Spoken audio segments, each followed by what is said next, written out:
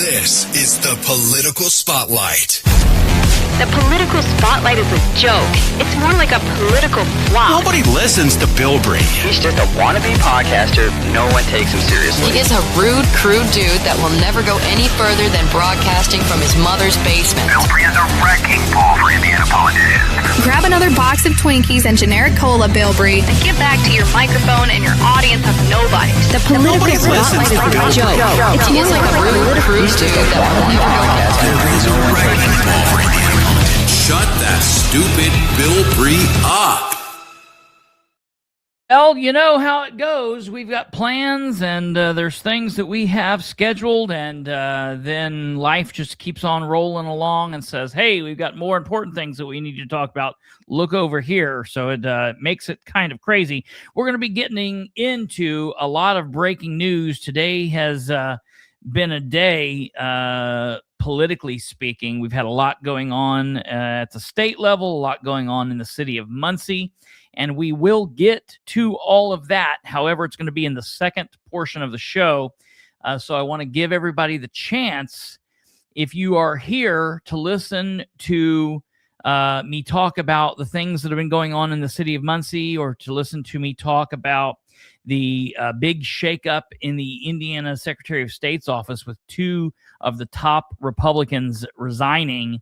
We will get into that, but it's going to be in the second half of the show because we have yet another candidate interview scheduled, and this is a biggie. So we're going to get into that. If you could, please, before we get started, for those of you that are on YouTube, consider doing the YouTube things. Go through, hit the like button, subscribe if you haven't, hit the share, do all of that stuff. That would be great. Whether you're here on YouTube or Facebook or Twitter or Rumble, or you're listening to this on one of the 30-some audio podcast platforms, we welcome you, and we are thankful that you are here. We will be talking to another candidate from Henry County. For everyone else that's like, where are all the other candidates? We do have them scheduled. They are people that picked later dates. We'll have a lot more Delaware County. We've got a Delaware County candidate coming in tomorrow, and we have a lot scheduled for next week. So hold your horses, and we're still working on the Randolph County and the Madison County candidates, but we are going to try to get them all through. We're still having a lot of luck with that.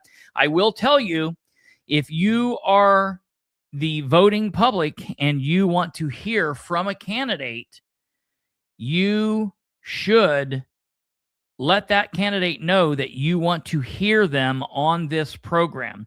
So reach out to them and tell them, hey, contact the show, and let them know we'll come on. We might even be doubling up in the next week, so I'll let you know about that. But we're still just doing one at a time. Right now, tonight, in the first portion of the show, ladies and gentlemen, we are going to be talking with a candidate running for prosecutor, a very important race in Henry County, very much like the sheriff's race. There are several candidates to choose from in the Henry County prosecutor's race.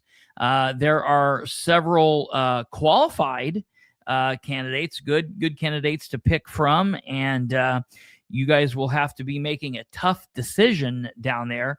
But tonight, ladies and gentlemen, we will be talking to none other than Mr. Tony Saunders. He's mostly a lifelong resident, 40 of 48 years or so spent living in Henry County, received his law degree from IU in Indianapolis, and he has been practicing law for the past 20 plus years in the Henry County area in the state of Indiana. So that's our guest. We will be talking to him. And so for all of you people that are here for maybe some of the other political commentary, we will get to it, but it'll be in the second half of the show. But without further ado, ladies and gentlemen, we're going to bring up the man of the hour, Mr. Tony Saunders. Welcome to the program. Thanks, Chris. Thanks for having me. Yeah, I think you've been on the show a time or two before, I believe, for various reasons. I can't remember. I think the last time you ran, and then maybe another time or two, but we've had some communications, and it's always a good time talking to you. So I'm glad you're here. And I guess before we get started, why don't you just give the people that might not be too familiar with you a quick rundown on who you are and why you're here? Well, I'm Tony Saunders, and I'm seeking the Republican nomination for Henry County Prosecutor. As you stated in your opening, I've lived here since 1986, so about 40 years. This is my home. It always has been. I never left.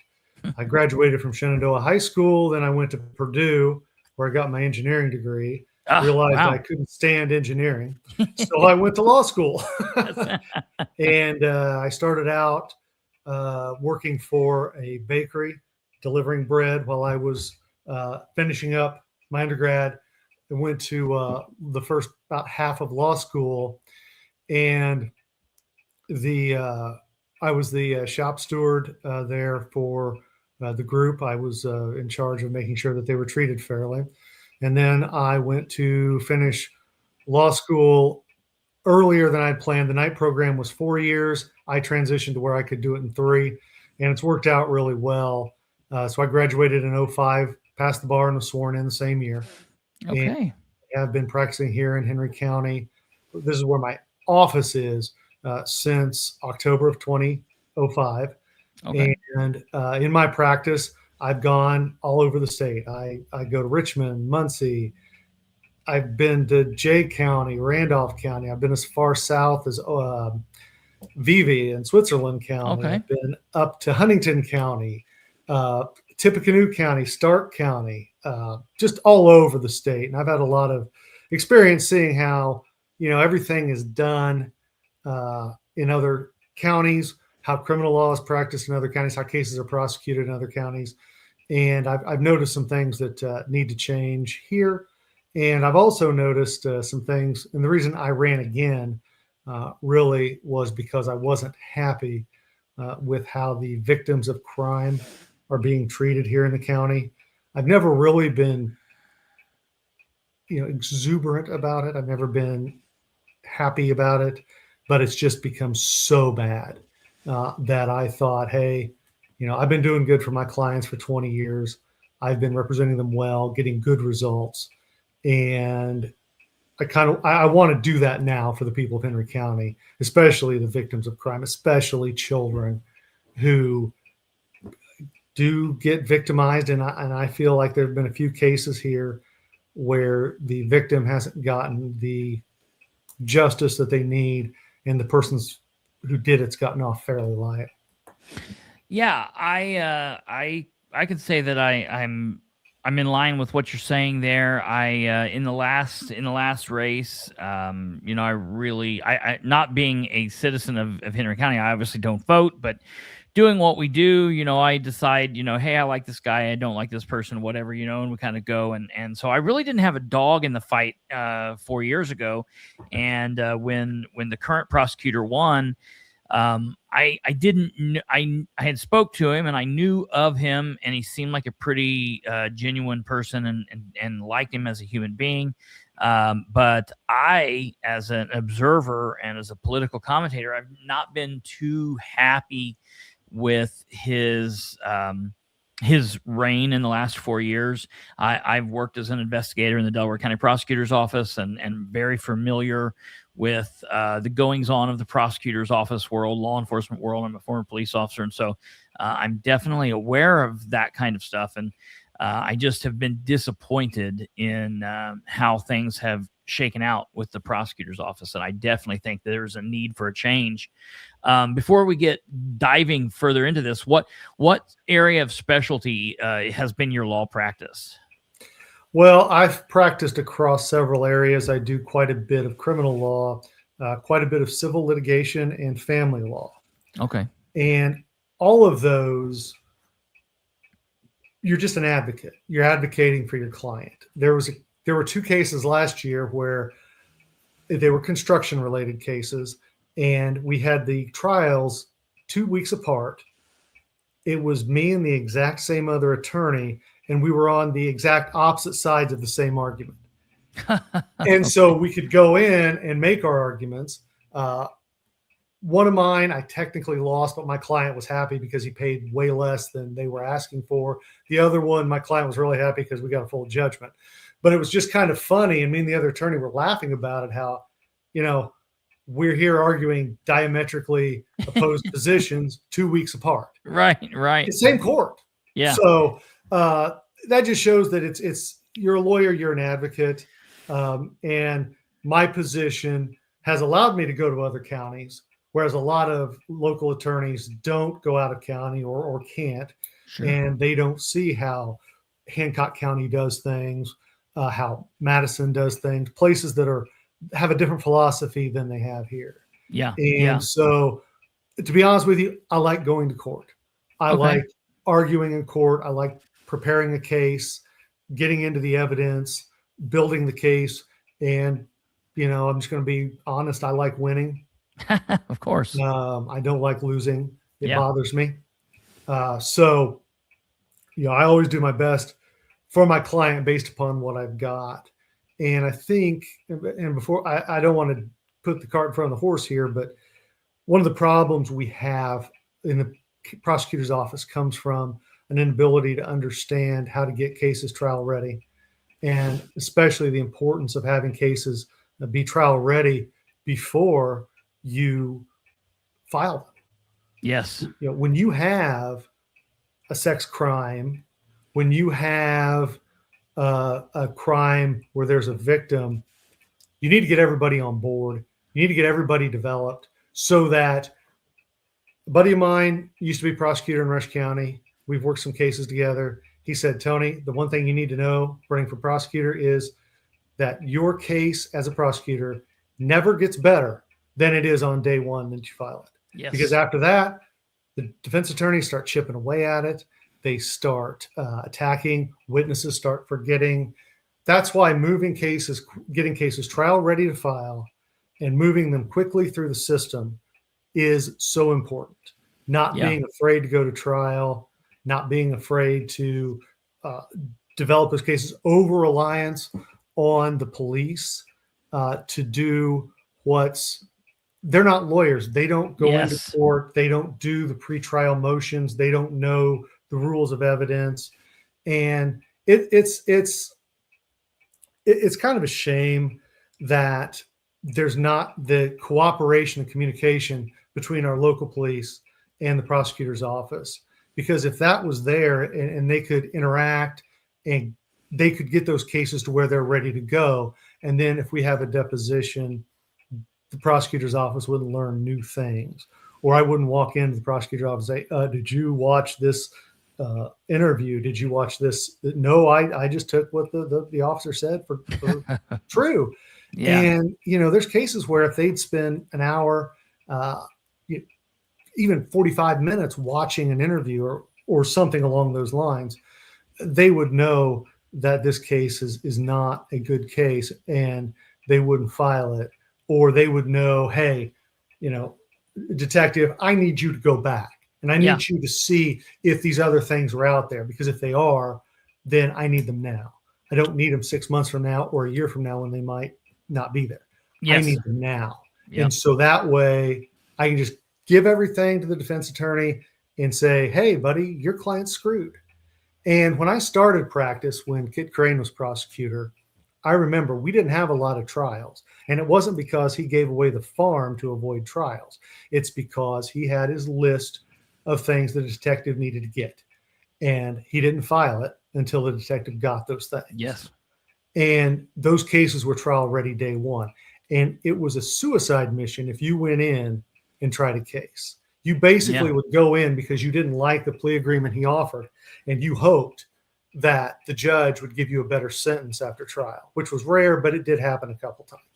Yeah. But that was the thing. That's where you have to get that credibility back. You have to get that to where I know when I go into court, I've got a 90% chance of winning a case. And the defense bar has to know, hey, I'm going to lose a case if I go and my guy's going to get hit hard. And I think we need to get back to that philosophy of restoring credibility to the prosecutor's office. Yeah, I like hearing what you're saying there. I feel like I've spent a lot of my life around attorneys and on all sides. I've spent most of my time in the criminal justice aspect of it, prosecutors, defense attorneys, and whatnot. But in the last, I'd say 15 years, I've really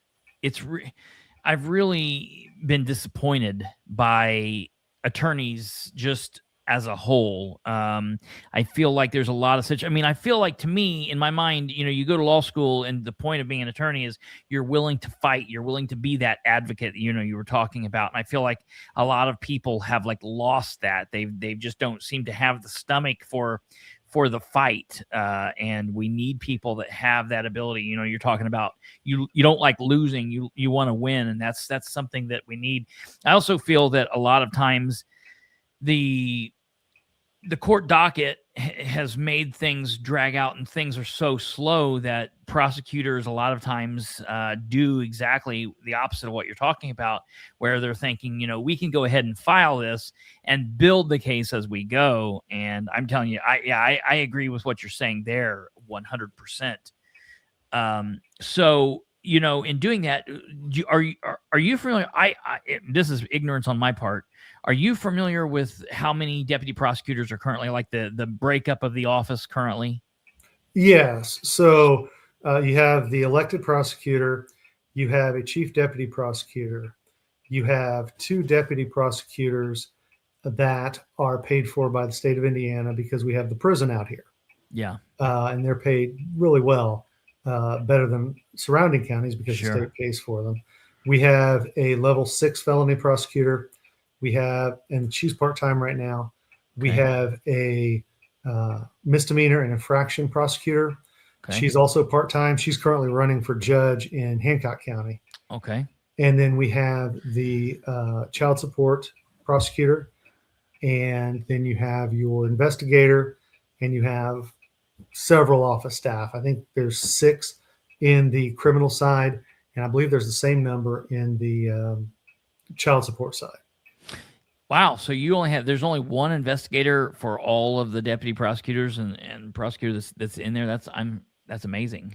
Yeah, that's the way it's been since I've been here. And I actually was clerking for an attorney here in town starting in January of 2004. So I'm familiar with the system, and it has been that way. Absolutely. Wow. I think he or she's probably extremely overworked. I would imagine that seems like a lot for one person.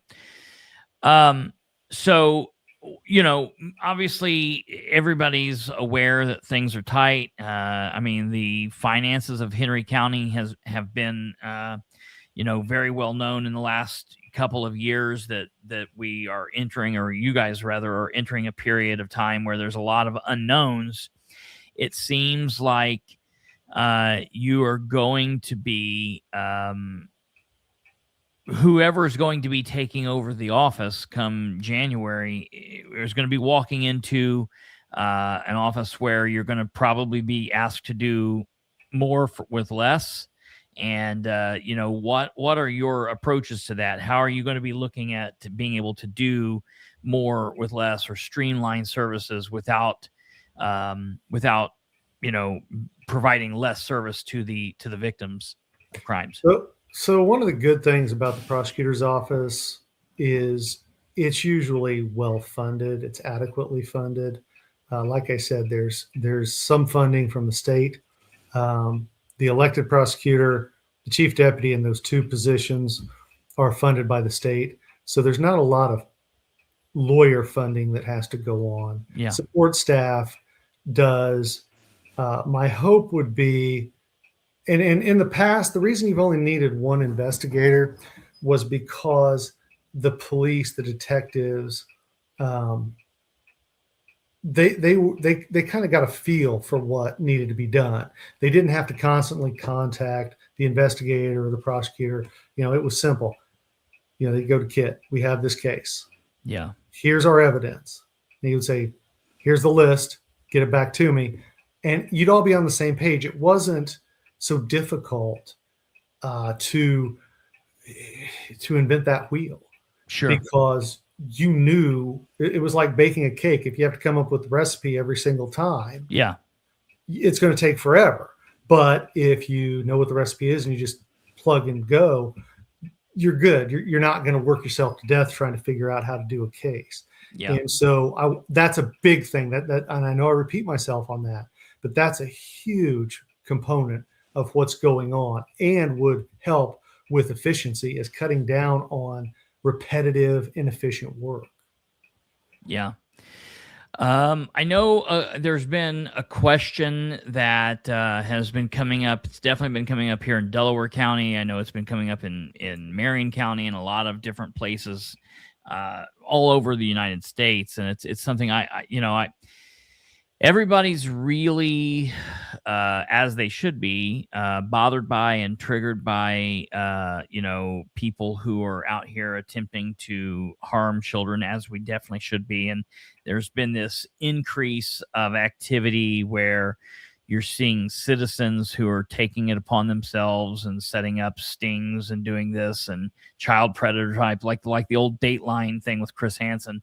I used to love Dateline to catch a predator. Yeah, right. Well, and I'll tell you, as someone who is in law enforcement, I watched that and I always thought, like, I know they've got a whole team there, even because when it first started, they didn't have law enforcement there. They were just doing the interview and the journalism side of it. And it wasn't until a couple seasons in that they got involved with law enforcement. Well, now you've got all these citizens out here running around doing it. And I interviewed a couple of these people for an old show that I had a couple years back. And I was vehemently against it because of how it was being ran. And I said, if you're going to do something like this, I think that you need to be going out and getting training. You need to be talking with law enforcement. You need to be going in and talking with the prosecutor. And there are prosecutors that will work with these people. Then there are prosecutors that say, no, we won't take any cases related to this because, it could be entrapment or this or that. What's your thoughts on that? And if you are prosecutor, is that something that you guys would be willing to work with? Is that something that you guys are not willing to work with? What, have you thought about that? Yeah. So those were coming up around here, I want to say 3-4 years ago. And part of the problem that those groups have is, if you're going to do that kind of operation, you have to have a certain degree of professionalism about you. And because at the end of the day, those guys, well, I think they were all guys, are going to probably want a trial. And then you have to play the tape where they get confronted. Yeah. And when they're, cursing at them, using foul language, all this, they're not behaving in a professional way. I mean, they're virtually threatening the guy with physical violence. Okay. If they want to clean up their act, that would be fine, because going back to Catch a Predator, they did not behave that way. Oh, yeah. Mm-hmm. They were very professional. They were very correct. I know these people are despicable and you can't stand them, but you can't talk to them like that either. Because one of the things that I've noticed from Henry County juries is they don't like a lot of nonsense. Years ago, there was a fight up on Broad Street where a guy bit another guy's ear off, pretty much admitted to it, got acquitted because, street justice. Yeah. And so under those circumstances, I would have no problem working with groups like that, coordinating it with the police if they would behave in a professional fashion. But I don't really want to go to a jury with some of the over the top nonsense that they were doing. Well, that's a good point. And I tell you, and people have a hard time understanding a lot of times in cases like that, when you have a police officer sitting across, I in my law enforcement career, worked patrol, and then I was in investigations, and I went through the sex crimes forensic first witness interview and all of that stuff. And people have a hard time understanding that a lot of times the officer will be sitting across from the guy and making them seem like the officer's understanding and they're sympathetic to the fact that this person is, interested in children. And, you have to do that in order to get the suspect to talk to you. And a lot of these times, these cases, these people are not doing that. They're immediately berating them. And it almost, to me, it seemed like it wasn't there. It started out and it was like people were trying to do a good thing. And then it seemed like they were playing into the clicks and the views. They had people that were, they were saying like, tell us if you want us to, beat this guy down, or, you had viewers that were then coming out and trying to find and driving by and yelling. And it just got really dangerous. I thought, man, someone's going to get ran over. Somebody's going to get shot. And it's really just a bad situation. So yeah, the professionalism has to be there. And I really think that that's something that is lacking in a lot of those. That definitely makes sense. Right. But I mean, it's also important to get those people off the street. Yeah. Yeah. Because they're coming here or wherever they're going to meet underage children for sexual purposes. And those people need to go. Yeah, absolutely. It's really strange that it seems like in these small communities, and I don't know if maybe it almost feels like in a smaller community they can hide, but it seems like we're getting an increase in these type of sexual deviant cases happening in Henry County, in Randolph County. I mean, at any given time, if you look in Randolph County, 90% of the jail is filled with people who've been arrested for things like this. And I know that Henry County is dealing with a lot of that. And so it's definitely something that is a problem, and having proactive law enforcement and proactive prosecutor's office in that manner really, really helps. Kind of focusing a little bit on the law enforcement aspect, a lot of people don't realize that the prosecutor is I always break it down to the head of the FBI is the attorney general. And so, in my world, in my eyes, the prosecutor's the top law enforcement official of each county. And there's a big connection with law enforcement. You're really working hand in hand with a lot of police officers, but at the same time, it can't be so much that, you're not, being wary of what maybe law enforcement's doing, and you're not watching them. You gotta walk that line there. And that's been kind of an issue that I've had the last couple of years. It seems like the prosecutor's office has allowed itself to have been used kind of as a tool in different things with specifically the sheriff's department. And how, as the prosecutor of Henry County, would you walk that line of, having to partner with these law enforcement officers, but also be there if they step over the line, and whatnot? How do you deal with that? Well, once again, I think professionalism that's expected from the top down in the county and law enforcement is important. I think there's some line crossing. I don't know that it's something that can't be stopped. Sure. It's one of those where the first time a guy crosses the line, as long as it's just because most people don't, for lack of a better term, they don't murder somebody first. They steal something. Yes, right. Okay. Most drug dealers don't deal, they possess. Yeah. And if you bring somebody in and tell them, hey, that crap ain't going to fly. Sure. I think that cuts it off at the pass. You're aware, I'm sure, of the issues that Muncie police had with the federal criminal civil rights convictions of the officers up there. Oh, and in that case, you had a guy who was the chief's son, former chief's son, and all these other guys were so concerned about not making the chief mad that they covered up for it. And the thing about it is if they would have stopped that guy, if the chief's son would have been reported to begin with, would have been told stop, would have been fired, then he probably wouldn't have gone to prison for 15 years. And all those guys who covered up for him wouldn't have been going to prison for whatever they went. I think it was like 1 to 5, somewhere in there for all of them. And so I think that helped law enforcement realize, hey, this stuff isn't going to fly. And actually, here in Henry County, we did have an officer with the city police who crossed the line. And while he was being investigated, he crossed the line again. Yeah. And he went to prison and nobody else did. And actually the feds picked that up. So I think it's important that people stop when they see bad things, that we rely on the officers to police themselves. Yeah. And as we saw here in Newcastle, they did. Yeah. That's very important.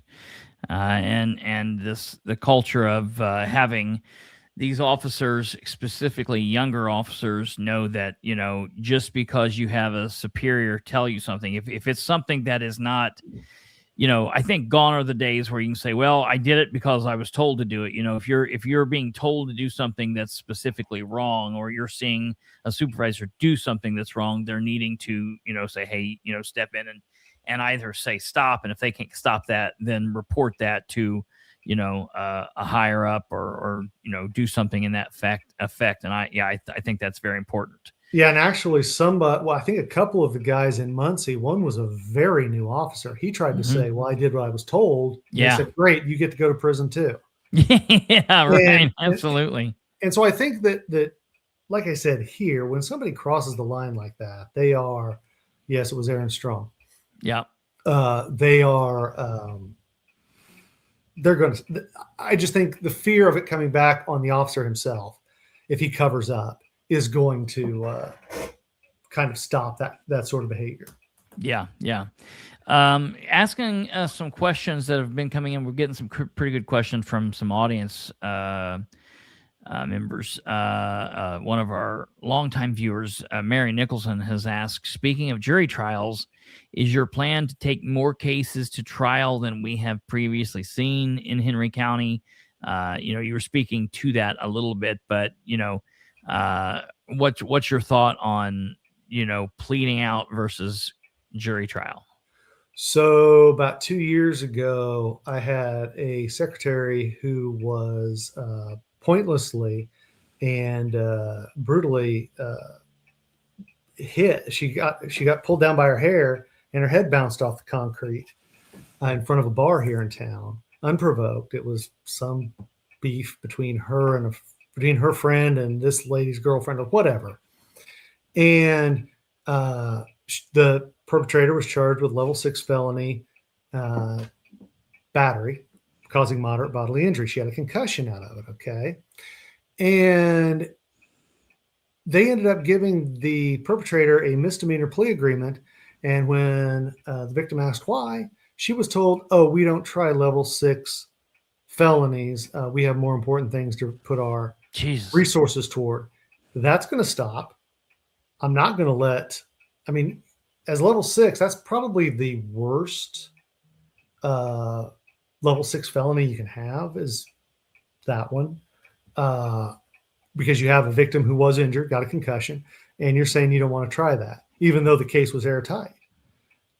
They dropped a jury trial on a DUI because they didn't want to try it, which that's a slam dunk. That's How hard is that? Right. So clearly I will be having more trials. But like I said, the biggest deterrent to trials and getting the plea agreements that you need is having trial-ready cases. And of course, knowing how to try a case, because right now there are 3 people in that office with virtually no trial experience, especially recent trial experience. See, that's crazy to me because, if you think about it, how, I guess in my mind, how it used to be back, I guess I'm getting to a point where I'm being older and being able to say like back in the good old days, but, used to, new attorneys would go to the prosecutor's office or the public defender's office because that's where you would go to cut your teeth and get courtroom and trial experience.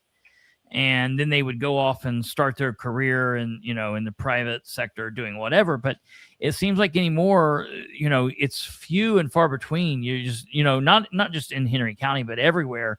you just don't see trials anymore. It's really crazy to me. So I like hearing you say that. As the chief elected prosecutor, do you plan to still be active in the courtroom? Are you going to be a position where it's going to be primarily an administrative position for you, unless it's like a high profile or big case, murder case, something like that? Or are you planning to still, be, in the trenches cutting it up? What's say on that? Yeah. So my intention would be that I and my chief deputy, whoever that might be, would try most of the cases, that the other attorneys would get them ready, and then we would try them. I would also take a more active role in screening the higher level felonies to make sure that those are ready for trial, make sure that the level 6 and misdemeanor prosecutors know, and the investigator really know what the standards are to file the case before they actually go and file it. Certainly. I just want to make sure everything's tight and trial ready. And I keep using that phrase trial ready, but that's really what we do. Sure. And, when I have people walk into my office with a case, they'll tell me, hey,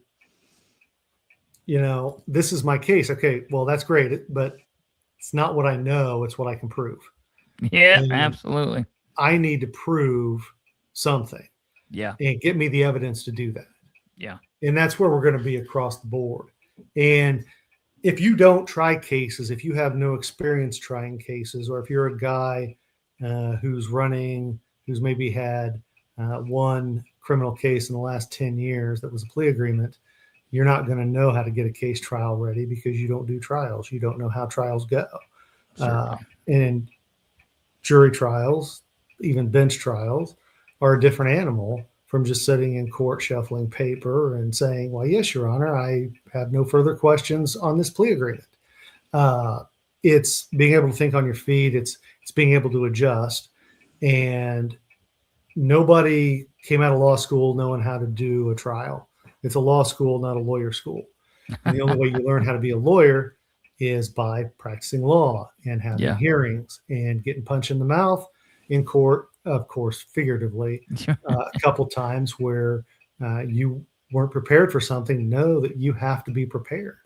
And it's also where you realize, hey, people might have an agenda, and you have to figure out if someone's doing something with their agenda that's going to taint the case.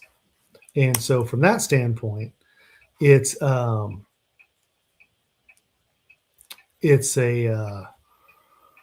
just a matter of knowing your way around the courtroom to be comfortable to go to trial, to have more trials.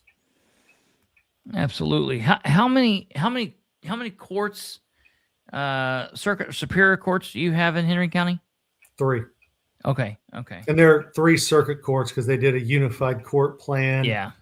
I want to say 15 years ago-ish. Yeah, Delaware County did that back. We've got 5 where they've been pushing for a long time for a 6th court, but we've got 5, and they did the same thing up here. So going back here, we've had someone write in and say that Eric Lewis from Knightstown area said, would you work to bring Henry County into compliance with Brady List material? Indiana currently lists Henry County as not in compliance with Brady List disclosures. Yes. What say you about that? Yeah, I didn't know that they were not in compliance, but yes, I think it's important that officers tell the truth and do what they're supposed to do. And if they don't, then there need to be consequences for that. I'm held to a standard where if I make misrepresentations to a court, there are sanctions I can have against my license. I can be publicly censured. I can be suspended, or there's a range of consequences for me, not to mention the fact that you get your reputation around of being a liar. I think that if an officer goes in and lies under oath, that there should be consequences for that. And Absolutely. I would, and to answer the question directly, yes, I would make sure that there was compliance. That's good. Good. And so do you have plans? Would you be looking to bring new personnel into the office, working with the staff that's still currently there? What would you be looking at to do there? So the child support division is doing a great job. Yeah. That there's no reason to change there. The support staff is doing well. I have been told that 3 people will leave the office if I get elected. So if that happens, then I'll obviously have holes to fill. Sure. Do you And I have would look for experienced local attorneys Sure. to fill those holes, because I wouldn't want somebody to have to jump into the deep end in an unfamiliar place. Certainly. That's what I was going to ask. So would you be looking for people from the area, or just looking for experienced attorneys? Well, I mean, how what would you do there? Do you have people in mind, I guess? I've had a few people approach me about possibly having a role in the office if I should win. Sure. Yeah, that's good. So, I guess just kind of starting to wrap her up here. When you're talking to people or going door to door, give us your, if you're asking me to vote for you, what's your stump speech? I mean, obviously we've been talking a lot here, and I know we've covered probably most of that, but what are you telling people out there? It's like, I don't know about you, why should I vote for you? Well, it's simple. I've been here for 20 years. I've done well for myself. I now want to serve the people of the county I've lived in for 40 years. And to do that, I want to make sure that Henry County doesn't become an oasis for crime in this area because of soft prosecution and because they don't want to go to trial. And we need to restore credibility to the office. That's number one. The only way we can do that is with tough prosecution, especially providing justice for victims, because the other risk of not providing justice for victims is eventually they're going to start taking the law into their own hands. And we can't have that. That's just a cycle of violence that we can't have. And we need to make sure that our cases are fully investigated, fully vetted before we send them to trial. Otherwise, the odds of success go down. And the other thing I would say is, if you were the victim of a crime, would you rather me try to put the perpetrator in jail or keep them out? And at the end of the day, I know what my answer would be to that. And the other part is too, and something that's kind of come up in the last year or so, is that despite what some people think, I'm not part of any good old boy system. I've been shut out of that system because I don't just go along to get along. Right. And anybody will tell you that has to deal with me, that I'm aggressive. Sometimes they think I'm unnecessarily aggressive or excessively aggressive, but I'm not just going to roll over because, hey, I don't want to hurt somebody's feelings or step on somebody's toes. If I live by the, I'll sanitize it for this show, but I live by fool around and find out. And, I'm not, and especially when I was, before I became a father, I didn't like child predators as a general principle. Sure. But now that I'm a father, I have kids, my sisters have kids. It's like, ew, what's wrong with you? Yeah. You know, how could you look at a child like that? Yeah. It's not an abstract thing anymore. It's, do that to my kid and you'll need to turn yourself in to keep me away from you. Yeah, right. And that's kind of the way I feel about it. Is it's gone from abstract to real. And I've seen things over the last 3 years that have really bothered me. There was a rape where they had DNA evidence and everything else, and the person, it was an out-of-state guy, and he got 9 years of probation. There was a guy who didn't show up to his trial the day it was scheduled. State didn't ask for a warrant, nothing. He was charged with level 5 cocaine possession. They ended up working out a plea deal for misdemeanor treatment and no probation. There's a case here, Charles South, where he was having relations with a 13-year-old, and while he was out on bond for that case, he did it again, and this time she was 14, so instead of a level 1 felony, it was a level 4. And they gave him a plea agreement. He was facing roughly, I believe, 80-some years, maybe more. And they gave him a plea agreement that would be 16 on the original case and 6 on the new case. And when they went to court, the prosecutor's office asked that the 16 years be split, 14 in prison, 2 years of probation. Judge gave him full 16. Judge Crane gave him the full 6, and he said that he was giving him the 6 years because that was the maximum allowed under the plea agreement, or he'd give him more. He then appealed the sentence, and the Court of Appeals basically called the plea agreement very beneficial to the defendant, basically saying weak. Yeah, right. And when even the Court of Appeals is calling out the prosecutor's office, that's pretty bad. Sure. And that stuff has to stop. But it's because they don't go to trial and they don't try cases. And so that's going to stop. People are going to go to trial if they don't accept the plea agreements that are offered. And they're not going to be giveaway plea agreements. It's going to be, this is the plea agreement. Take it, leave it. If you're going to leave it, we're going to get ready for trial.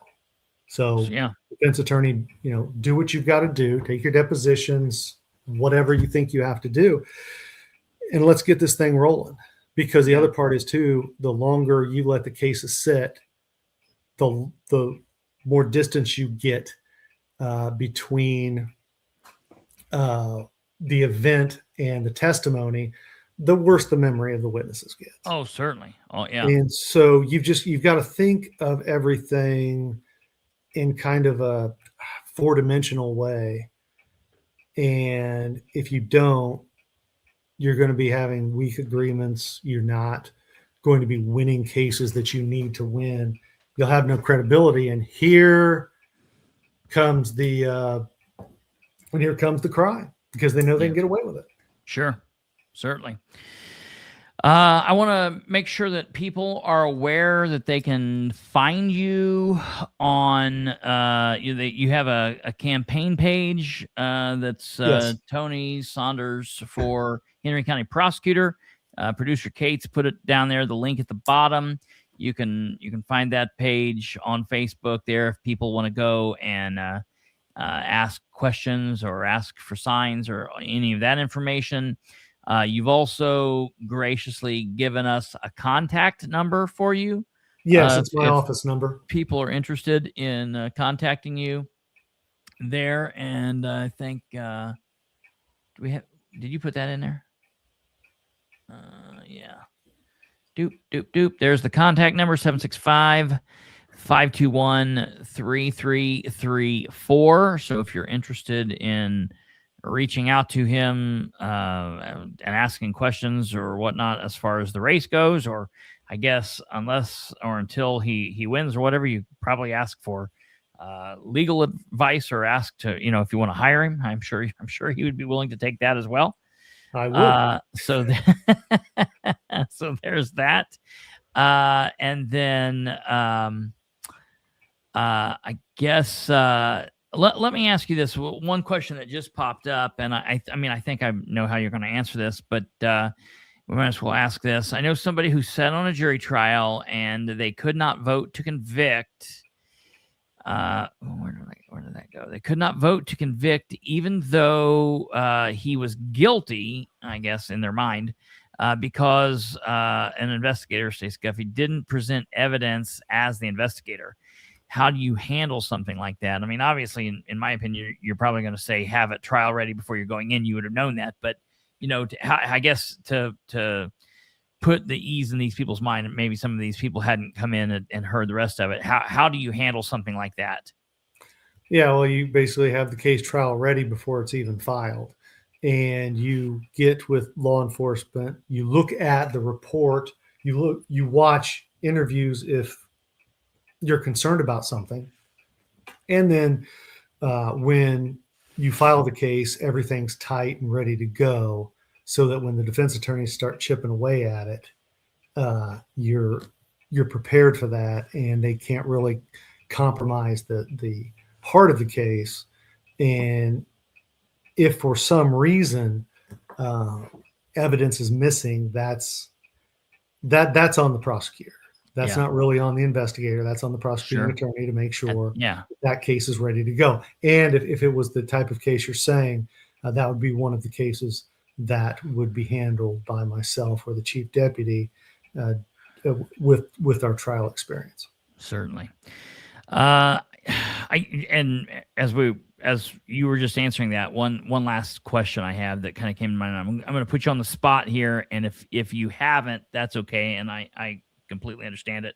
I would be, if you haven't, I would be interested in sending this to you and having you look at this and maybe answering this to me off air at some point, and then I can let people know. But did you are you familiar with, or did you happen to read the I think it was like a 6 or 11 page memorandum that the Delaware County Prosecutor Eric Hoffman wrote about the pursuit from Henry County into Delaware County? Did you read Hoffman's like the conclusion of the investigation there, basically where he said, in his mind, he feels that a crime was committed, but that it wasn't within the jurisdiction of Delaware County, and that if it would be filed, it would have had to have been filed in Henry County. I guess kind of putting you on the spot. If you have read that, what are your thoughts about that? And could you speak a little bit about that? So my recollection of that wasn't that he said the crime was there. He concluded, I think he concluded there was no crime, I thought, but the pursuit started in Delaware County. So at that point, Henry County lost any jurisdiction over it. But the pursuit started in Henry County. The deputy was off duty going home, right, and was still in Henry County. Turned the lights on, and they moved from Henry County into Delaware County. I will look at that, and I'll send that to you. I'll be interested. I thought that Hoffman was just critical of the leadership here at Henry County, saying that, hey, this wasn't this kid's fault at the time, it was more his supervisor, the sheriff, and all these other people who didn't supervise him properly. More or less. Yeah. Yes. More or less. I know that because I recently had some communication about this in another situation, but it was very similar to what you're saying, that he should have been called off, and that I guess it was more a situation that that if he had been the Henry County prosecutor, that this would be something to look at and investigate more. And in my opinion, from everything I've reached out to Mahoney and all that, and it was just radio silence on that. But I mean, whether a decision to file something would have been made or not, is that something that you think, if you were prosecutor, I mean, kind of going back, not trying to Monday morning quarterback it, but if you were prosecutor and something like that occurred, is that something that you would review, or would you just say, okay, nothing, everything's good, and that's that? So if I were the Henry County prosecutor? Sure. See, I don't think Henry County has jurisdiction over this at all. Okay. Because there's a difference between driving 100 miles an hour on State Road 3 when nothing happens. Yeah. and driving 100 mile an hour through town through Muncie when something does happen. Yeah. And whatever reckless behavior was engaged in was wholly with consequences. It was wholly within Delaware County. Yeah. And I don't feel like there's any criminal conduct by anybody here in Henry County. Okay, that's fair. I mean, I think I saw 2 weeks ago, last week, something where a civil lawsuit was filed. But Hoffman's been doing this longer than I have. Clearly, he's not beholden to anybody in Henry County, so I don't think he made the decision lightly. Oh no, yeah. He weighed in heavy on it, and he was critical of leadership down here. But I believe I would defer to his judgment on whether a crime occurred or not. But like I said, from my perspective, it's a non-starter in Henry County because the actions all took place, and the harm, the extent of the harm took place in Delaware County. Absolutely. Very good, sir. I appreciate it. I appreciate your time. Appreciate you having me on. You were here. Obviously, good luck through this election. If you make it through, you're more than welcome to come back on. I'm sure we'll talk to you in the fall. And as I tell everybody else, if there's ever anything that you want to get out to the public or need, you think that people need to know, you're more than welcome to contact us. We'd like to have you on at any other point. And so I appreciate it. And we will talk to you again soon. All right. Well, thanks for your time, Chris. I appreciate it. Thank you, sir. All right, ladies and gentlemen, that was Mr. Tony Saunders, attorney in Henry County, Indiana. And he is running for prosecutor of Henry County. And I appreciate his time, just like everyone else. We have reached out to the other candidates that are running, and hopefully we are in the process of getting them scheduled as well, so everyone can kind of hear from everyone and get your best reading from that. Now, I will tell you, no problem. I appreciate it, Savannah. And listen, if you guys are wanting to hear from other candidates, and I'm not saying that people aren't coming on. We have a lot of people still coming. We have candidate interviews scheduled on through. I mean, we are busy with this. But if you want to hear from someone directly, there's nothing that stops you as a citizen, you as a voter, you as a viewer from contacting those people and saying, hey, we want you to appear on the political spotlight. Ask them if they are. They can tell you if they are or not. Or they can say, hey, I haven't thought about that yet, but yes, we will. Let them know your thoughts and have them reach out to us. They can reach out to us and let us know, and we will be willing to willing to talk with all of them. I would love to have Sproles on. We have reached out to Sproles. I have invited him on. We have sent it through his campaign email. I think we've sent it to his the invite to his cell phone, to all of his pages, and we are awaiting his. We are awaiting to hear if he will come on. And I will tell you, Amy Bell just said, who is the other sheriff that I had not heard back from? I will tell you, I heard back from him today, and that was Jason Williams. But I talked with Jason today. Jason is going to be coming on the program, and I'm looking forward to it. I can't tell you exactly when he's coming on. I don't know what we decided on because I've been busy, but he will be coming on, and I will keep you guys posted on that. Okay, now, ladies and gentlemen,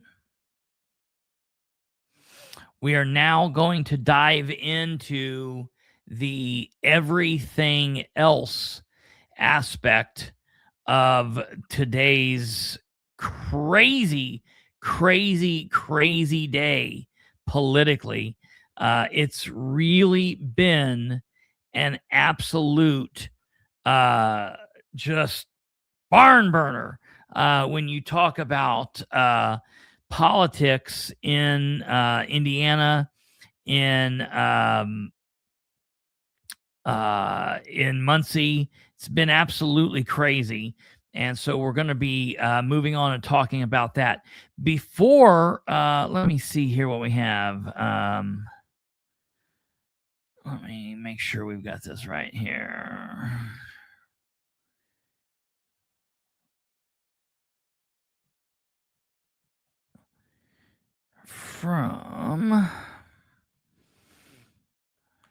Okay. Give me 1 second here.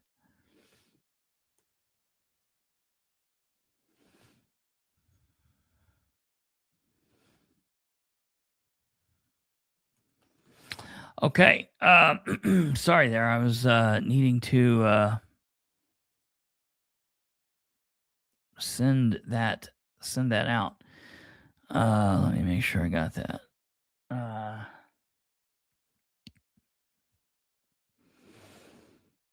Okay. Moving on, I will tell everybody this is the time that you will want to please share the show with everyone you know.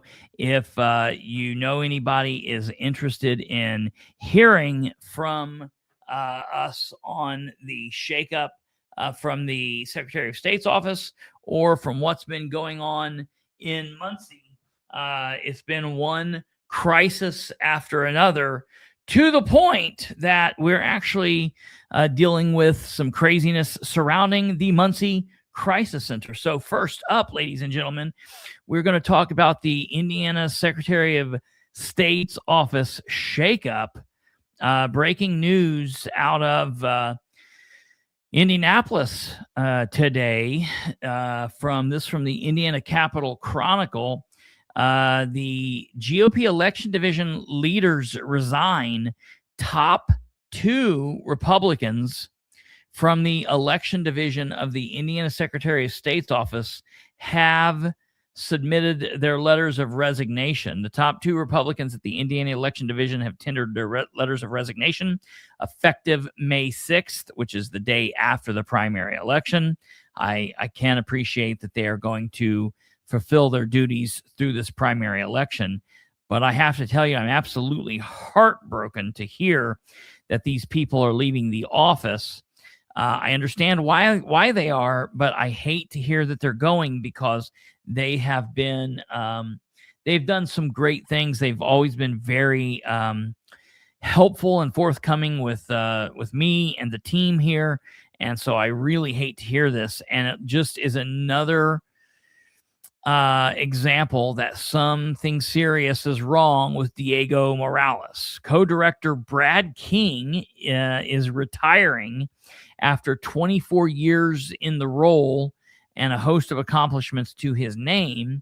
And then also co-general counsel Valerie Warchaw, who is supporting the Republican candidate David Shelton for that office. So she's actually supporting a candidate against her boss. She's leaving. King and Warchaw work alongside the Democratic co-director and general counsel because in the election division, just like anything else, there's a Republican and a Democrat. They have it mirrored. Okay. So they've always worked well with their Democrat counterparts. They've always, and me, anytime I call the Indiana State election division, Valerie's always my first phone call. She's always my first text. Talk to her frequently, several times a year. And she's always been very helpful. But anytime I reach out and I get a statement or I work through things with Valerie, I don't just say, okay, Valerie told me, so that's it. I always then reach out to Matthew Kochivar, which is the Democrat, her Democrat counterpoint, and I pick his brain too, and I get an answer. And a lot of times it's the same answer. Sometimes it's different. I got to decide which one I'm going to go with. But I was absolutely blown away to hear this. King and Warchaw work alongside the Democrat counterparts, which is part of the Secretary of State Diego Morales' agency. He is seeking renomination at the state convention this summer. And the letters go, I submit this resignation accompanied by my gratitude to the many individuals that I had the privilege to work alongside and the people of the state of Indiana whom I've had the privilege to serve, King said in a 3-page handwritten resignation letter to Governor Mike Braun. I am thankful that in my 68th year of life, prudence requires me to plan and act for the future. The governor, in consultation with the Indiana Republican Party, will choose a successor. King counted among his achievements his drafting of the Indiana first in the nation voter ID law. I was able to contribute to the successful crafting of the legislation to enhance the voter confidence in election security while safeguarding the right of each eligible voter to cast a ballot, he wrote. King also touted the establishment of a state-level voting system and state website providing a comprehensive list of every elected official serving citizens in the state of Indiana. He will not serve on the recount commission for any races after the primary. Warchaw's departure is more complicated. She and former Secretary of State Connie Lawson sent a letter to the election administrators in the state this week that issues a scathing critique of Diego Morales' tenure as Secretary of State. They wrote that the avoidable administrative failures led to many candidates having to come back to Indianapolis to file their paperwork for a second time because of concerns about whether office staff were legally able to notarize their original filings. Warchaw also cited questionable spending in Morales' office, such as buying a $90,000 car, publishing self-promotional material, hiring family members, giving large spot bonuses and extensive travel. His ability to produce funds when needed is curious, she says. The Secretary of State sets the budget for the election division. Since he took office, the budget to help train counties has taken a beating. No in-person SVRS training, printed manuals, or code books, the letter says. Warchaw and Lawson touted Shelton's experience as a county clerk who has run an election, has warned that Democratic candidate Bo Bai is ready to pounce if Morales is the GOP nominee. The letter ends by seeking to galvanize election administrators into a coalition. We need your help to make sure David Shelton gets the nomination at the convention. You are trusted election experts in your community. No one understands how vital, strong, and knowledgeable election leadership is more than you. A message to Morales' press secretary wasn't immediately returned. And go figure, because like most other Republicans that are in the wrong, whether it be mayors, councilmen, commissioners, state representatives, the governor, they're just not going to answer because they don't have to. And so we need to demand better than that. And because of behavior like that, we are seeing, it sounds like Brad King's retiring because it's time for him to retire.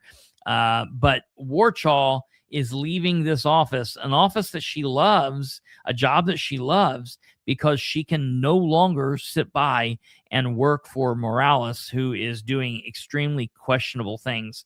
And while I hate to see her go, I definitely respect her stance that she's taking, and I wish her well. And I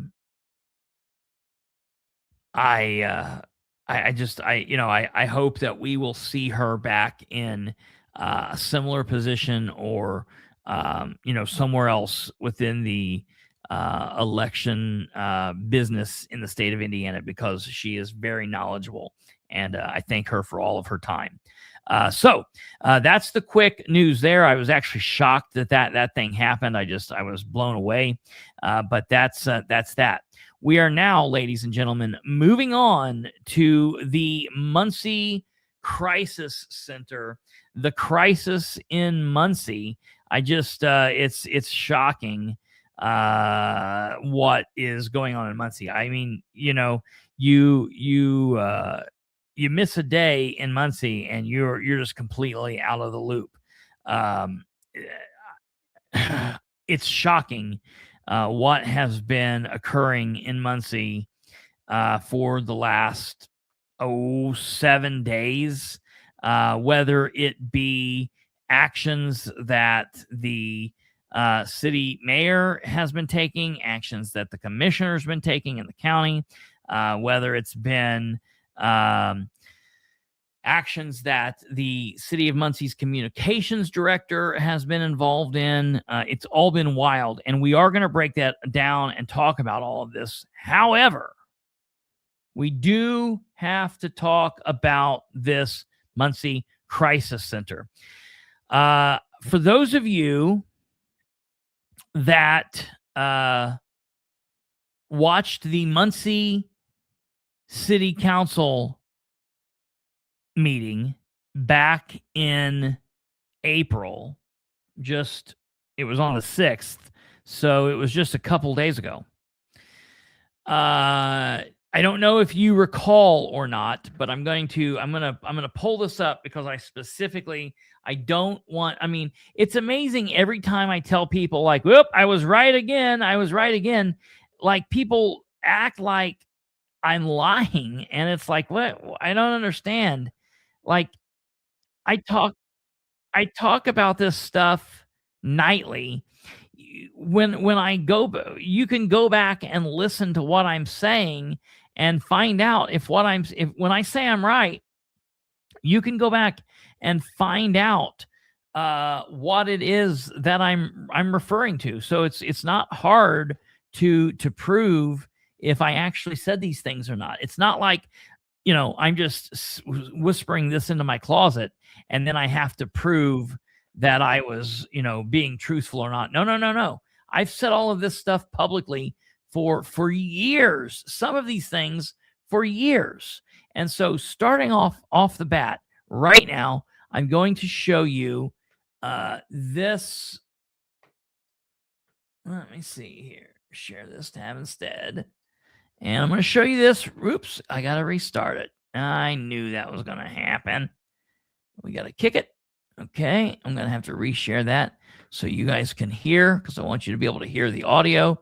The audio is all that matters. Now, it's going to be kind of quiet because their microphones weren't working this evening, but I want you to listen to what I say here. People are speaking here, if not speaking loud enough. I could donate a mic to the city if we need or something, but this has to start. Please do. We can beat Mr. Basham to communicate with the public. It's gross that you continue to take the paycheck that the city gives you. Do you have an answer for that? This is public comment. Yes, sir, as it is. And listen, and I'm asking you for your comment about this question. I'm tired of this. I withdrew the ordinance. Okay, so what was the issue with responding to an email? Why have you not been able to respond to an email for 4 years now? However long you've been up there. Why can you not? Are you incapable of emailing?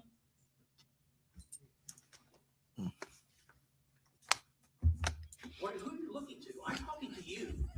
You're an elected official. He does not have to In respond. 3 minutes, I can badger him all I That's want. true, you can. But I'm saying he does not have to answer. Well, he doesn't have to answer, but it's ignorant that he doesn't. The ordinance has been withdrawn until further clarified. I'm asking you why you can't email. What's wrong with your ability to answer to constituents? I had many conversations with people about this ordinance. Why could you not email me, sir? Can you explain? I wasn't this angry the 500 other times I've been asking you. Do your damn job or step down. Please watch your language, sir. Excuse me. I'm just fine. All right, the crisis center. Oh, here we go. 5226. Here we go. Listen. All right, the crisis center. We've got an issue with the crisis center. Can you guys look into that and see what's going on? Okay, I plan to say more, but they're telling me my time is up at this point. So I plan to say a little bit more. I said, we've got an issue with the Crisis Center. Can you guys look into that and tell me what's going on? Do you guys see what's going on with that? Yes. Start doing your damn job, Dale. Okay, so then Nora said yes. So as I reported that evening, when the meeting ended, Counselor Powell came down off the dais and walked up to me and asked specifically what I was asking about the Crisis Center. And I said, well, there's just some things going on that I've heard, and I'm interested in knowing, I'm interested in learning what is currently happening. What are the hours of operation? Is what's going on there what we were promised? How many people have they treated? How many people have they not treated? What is going on here? I was interested in finding out all of this information. And she said, yes, I will look into this. She said, I think you are right. It would be a good time to have maybe a presentation to the council. We could ask for a presentation. It might not be a bad idea to get a committee together and have the committee do a meeting and ask some questions and get some information so we can bring it in and have kind of an update of where we stand. And this was on Monday, April 6th. Okay. Keep that in mind. Now, what we're going to do is we're going to fast forward to the Muncie Board of Works. Now, I had heard in the last couple of weeks that there was some rumblings going on. Haven't made a mention of this. Haven't talked about it because I was out here doing the research and trying to get, an understanding of what exactly was happening. Didn't want to say anything that was wrong. Well, then, ladies and gentlemen, today, during the Muncie Board of Works meeting, we hear the following. Okay, we're going to jump over here and let you guys hear the Muncie Board of Works meeting. Okay, I'm just gonna watch this from the beginning. I sent out the claims yesterday afternoon, kind of a small batch this week, mostly healthcare costs and our usual utilities. I also want to make a note that we did a second run of utilities at the end of last week. So with that, I'll open it up. Any questions you might have? Alan, do you have any questions? I do not. I do not either. We have a motion for approval or not? So I move approval of the claims in the amount of $547,361.71. I will second that. Any comments or questions on the claims? All right, hearing none. All those in favor signify by saying aye. Aye. Aye. Those. Right. Kate, I sent you a message. We have no unfinished business, new business, and MOU with the City of Muncie and Muncie Mission. An MOU with the City of Muncie and the Muncie Mission. An MOU, ladies and gentlemen, is a memorandum of understanding, and what that is basically an agreement between cities and governments and other entities. It's a formal, usually non-binding written agreement between two or more parties that outlines a mutual understanding, common goals, and specific roles and responsibilities.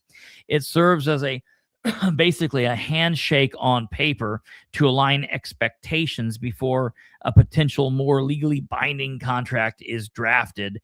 And this is something that the city uses quite a bit for different reasons. There's nothing wrong with it, and they can be used right. Now, I question this one from here to eternity, but let's listen to this.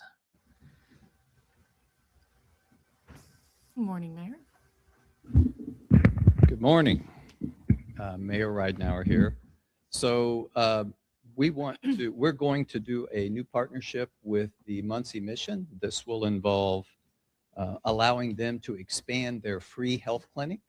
If you've listened to the radio, you've probably heard some of the commercials but it will allow that. Now, this technically doesn't, well, it doesn't start until January 1st of 27, but we want to allow them.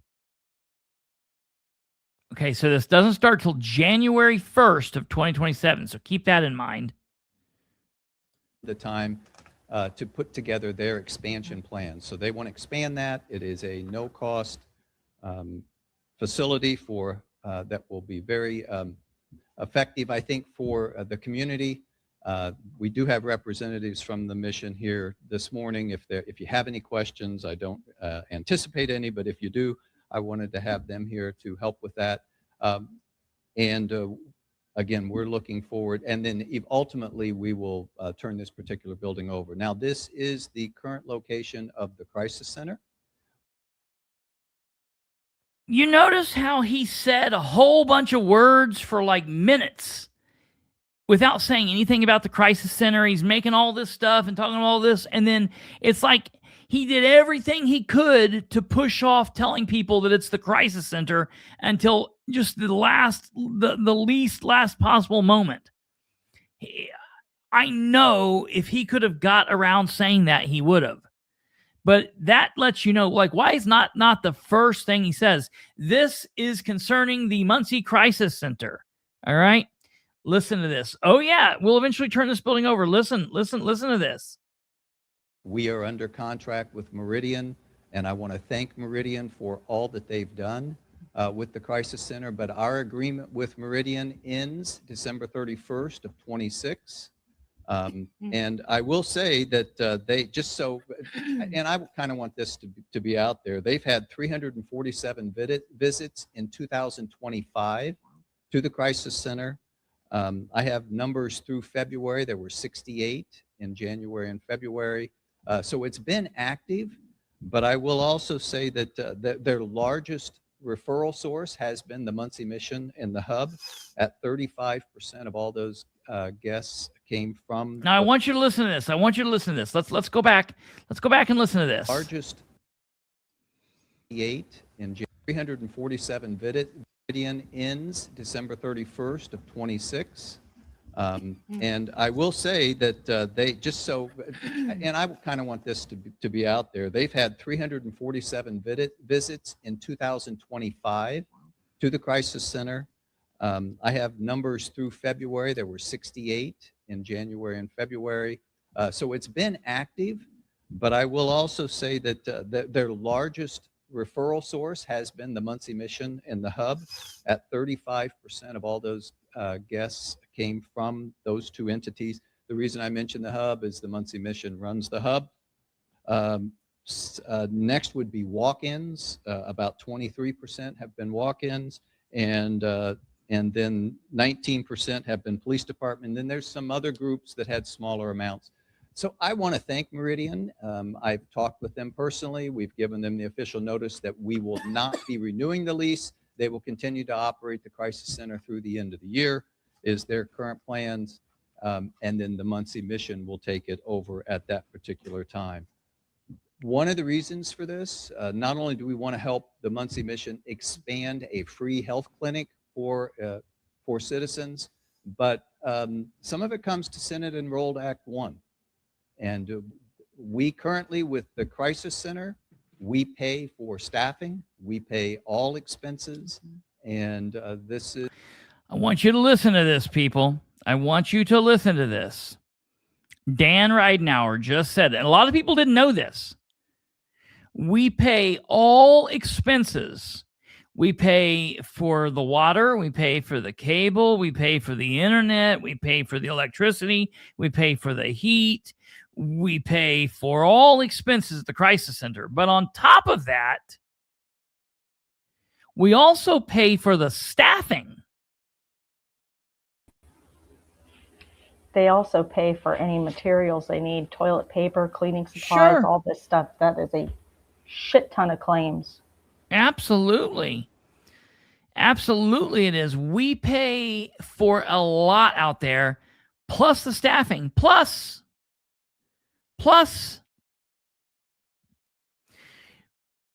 we pay for the acquisition of the building too damn much. We paid to hire the engineers to look about what we were going to do. Were we going to revamp the old workman's bar? Were we going to put people in the cooler? Were we going to lay patients on the pool tables?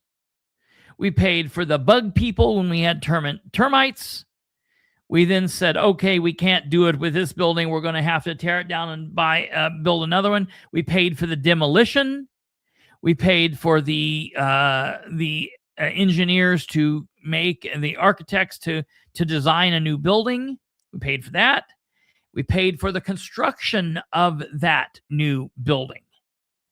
The city has been out a shit ton of money on this project. That, mind you, Ridenour kicked off during his 2023 election when Christopher Bilbrey sat right here and told all of you, told the entire city of Muncie, told everybody in Delaware County, told everybody that listens to this voice that this was a campaign promise, that we would never see this to fruition of what Ridenour was promising, that it would never go the way that Ridenour wanted it to go. Ridenour went around to the city of Winchester. He went around to Newcastle. He's promising these people that, they can send people here. Give us your money. Some communities did. Some communities didn't. It was a Byram stunt, just like the VOA.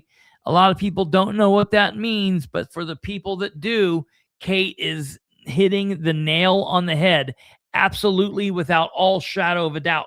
It was definitely gross. And I told everybody this. I said, this is not what has been promised. We will not ever see that. This is a campaign promise. And as soon as he's reelected, Ridenour will quit saying anything about the Crisis Center. He does not care about the Crisis Center. Then the Crisis Center opens in May of 2025, and it opens up maybe 8 hours a day. Maybe it's opened up 8 hours a day. We turn people away. We are not taking people in off the street. We're only taking people. We don't like the police officers bringing people here, and I went and walked through this, and I'm having people who work there currently writing me, people who used to work there, people who have tried to go there, contacting me and saying, look, this is a major, major problem, and we've paid for all of this. Now, let's continue on and listen to what the plan is. Is a way to where the Muncie Mission will be taking over those expenses once they own the building. Once they own the building. So they're going to own the building. They're going to take over the expenses. So look, it's good. It's a good thing that the city of Muncie isn't going to be paying for this monstrosity anymore. I agree. That's a good thing. But what are we doing to recoup any of the money that we've put into this? Let's listen. And they will be taking care of their own staffing. So it allows us to help maneuver through that Senate Bill 1, now Senate enacted Act 1. So there's some financial components as well. We sometimes have to make tough decisions. Oh, we're making this tough decision. We're making this tough decision because of Senate Bill 1. This was going to be a perfect plan. Ridenour had it all planned out, all worked out. It was going to be wonderful. We were going to save people's lives. We were going to help a lot of people. But drats, Senate Bill 1 came in. I'm going to tell you, Senate Bill 1 is going to be the excuse for everything from this point forward. And we cannot allow that. We were having problems before Senate Bill 1. The Crisis Center was having issues long before Senate Bill 1. This never, not since day one, was this what Ridenour promised. All right, let's Well, go. I mean, it was supposed to open in October of 2023. Yep. October of 2023. And it opened what, May 25? In May of 25. October of 23 to October 24. Clusterfuck from the get-go. Yeah. Yep. Absolutely. Here we go. But I feel like this is a win-win for the community because we're adding a health clinic where there's currently a health clinic. We're adding a health clinic where there's currently a health clinic. I don't know what, maybe he meant where there's not a health clinic. I don't know what he's talking about there. So what this is going to be is, this is going to be a health clinic. So my question is, wait a minute, are we going, is it going to be a crisis center? Are any of the original reasons, purposes, ideas for opening this building, is any of that going to be carried over to the Muncie Mission's free health clinic? Or is the idea of the crisis center dead when the clock strikes midnight on December 31st, 2026? Well, let's keep listening. So you say that the city is acquiring 1910 South Mock from the Mission for the benefit of the Muncie community. And then this weirdo says, oh, so you say that the city of Muncie is acquiring 19... No, he didn't say that. What are we talking about? So we learn also, as a part of this deal, Muncie is trading this nice, wonderful, beautiful building, which we could probably sell to a clinic or something and make a shit ton of money on. The Mission's getting that, and in its stead, we are getting 1910 South Mock Avenue, and I want to show you, ladies and gentlemen, what that is. 1910 South Mock, ladies and gentlemen, is this right here. This is what it is that we're getting. Now look, hey, listen. Now, this is a decent, it's a church, it's a former church. Okay. It's a decent building. That's a decent building. I imagine the utilities and the upkeep's going to be expensive. I don't know what we're going to be doing with this. I don't know what the city of Muncie is going to be doing with this, but let's go on and listen to what Dan says about this. Could you just touch a little bit more on what the city's plan is for that building? Yeah, that's a building that they felt they couldn't use at this particular time, and we don't know exactly what the use is going to be, but we feel like there's got to be some. We feel like there could be some needs in the community that could help satisfy. It's a very solid building. I have visited that church a couple of times, and so I know the building's in good shape. There's a really nice fellowship hall. So. It has really good parking, and it's a nice, convenient location. So we are going to take that building and provide the crisis center to the Muncie Mission. Very good. All right. Any other questions? No. Okay. All right. Do we have a motion regarding the MOU? Yes, I move approval of the MOU between the city of Muncie and the Muncie Mission. I will second that. Comments or questions? Yes. Okay. Muncie's newsman, author, outlaw, and citizen Rick Inser stands. Love him, hate him, like him, whatever. He does ask some legitimate questions here. Let's listen to what he asks. Rick Inser, newsman, author. It sounded like you're using the current building, although when you mentioned the church, you might want to explain, and I heard nothing about money. How much has the city put in the running the crisis center when Meridian had it, and now how much is in this MOU? Because taxpayers would like to know where their money's going.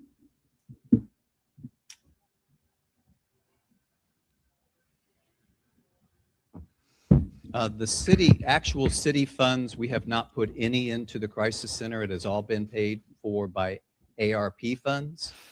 Listen to this, dude. This guy wouldn't know the truth if it bit him in the face. This guy is nuts. So it's ARP money. ARP money, ladies and gentlemen, is American Rescue Plan funds. Those are federal dollars that we were given by the federal government. Where in the hell do you think what did the federal government do? Pull it out of its ass? Those are tax dollars that we paid into the federal government, that the federal government then gave to the city of Muncie after COVID. And there were all of these restrictions that were put on them, and they could only go here, they could go there. Then 6 months into the program, they released the restrictions, and now they could go to different places. Then 6 months later, they released the restrictions again, and they kept doing it to where we could finally just use that money for anything. I think some of the opioid money might have went into this as well, which is great. That's fine. That's what it's apparently for, the addiction center. What I was mad about was we were wasting money on a program that was never going to get off the ground. This never got off the ground. When Ridenhour says, well, we've treated 68 people since July 1st of this year, and they treated 347 people in 2025. Well, understand something for a moment, okay? In 2025, all right, let me do this real quick. So the Crisis Center opened in May. So it opened 5 months into 2025. But let's just say for the whole year, 365 days. And then there are 105 days from January 1st until now. That's 460 days. They've treated 415 people in that time period. First off, I'd like to see that. I don't believe that. I'll be honest. I just don't believe it. I don't believe, Dan. I don't believe those numbers. I think those numbers are fudged. Let me read you something from an employee of the Crisis Center. Okay? You want me to let you hear what an employee of the Crisis Center says? This is what they have to say about the Crisis Center and its operations. I want you to listen to this real closely. This is very important, okay? I've got a lot to say about this. I'm so fired up. So this is what the Muncie Crisis Center has become and has been since the beginning. It is a day homeless shelter, period. Full stop. Homeless people come there to talk to someone and then shower, do their laundry, and sleep in the lobby all day. It is just another hub or new norm, except a licensed nurse and a licensed therapist is paid to be there, usually with a receptionist and the director. Not sure her title, but she is the boss from Meridian. The therapist has to clean the showers and bathrooms as well as help people with their laundry. Normally, when a therapist goes and gets their master's degree, it's not to clean showers after homeless people. The nurse there thinks it's her building and runs people off that she doesn't like with a toxic work environment or false reporting on them. Word gets around and nobody wants to go work there.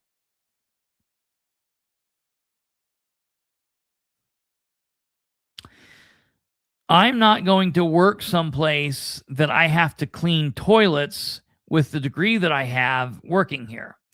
That's an entry-level job description. Thankfully, I know many good employees that have refused to transfer since this is how they are going to be treated. Specifically, who would transfer into positions that are open, knowing that there's no guaranteed job after December. It is a mess that got dumped on Meridian after IU backed out, and they were even not able to staff the place from the very beginning, especially not after details circulated about the work environment and what was to be expected. So that's the first thing that people need to understand. Meridian Service wasn't the first choice. IU Health Ball Memorial Hospital was going to run this thing. But they backed out because they saw what a shit show Ridenour and the city of Muncie was. This is not a good thing that's going on in Muncie, folks. It's not a good thing. What's happening here isn't good. I went through the claims today. So I just want to say, I don't understand the cleaning thing because they pay 2 different cleaning services. I don't understand that. Yeah. Those are the only people there I ever see working are the cleaning crew. The people going in, they're going in and out of there all the time. I don't even know. Yeah. So, I mean, there's 2 cleaning crews that go through there. One of them goes in every other week, and then this other one pops up about once a month. So I don't understand. There's a lot of weirdness about that. Well, hold on to the claims. We're going to talk about that in a moment. I think that's going to blow people's mind too. I want people to listen to this as we finish up here. So the rescue plan funds, the current operations of the crisis center, the ARP funds will probably run out with about 4 months to go, and Edit was going to cover that. So ARP is paying for everything that's happened at the crisis center. But the ARP money is going to run out because it's not just a reoccurring fee. There's a finite amount of money there, and it's going to run out, and we're going to be about 4 months short. Ladies and gentlemen, and then edit money is going to pay for the remainder of the 4 months. What does he think edit money is other than tax dollars? This guy is a Fruit Loop. I don't understand. Difference so that we can comply with the lease when the Muncie Mission has it. Then listen to this quick offhanded remark, which almost didn't come out. Listen, it's just said in passing. This might have been one of the most important things to be said. Listen.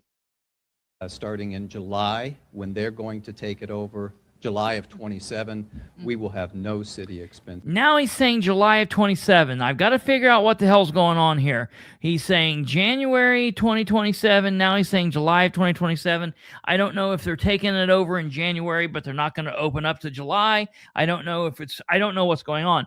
But the crisis center, as we know it, ends on December 31st, 2026.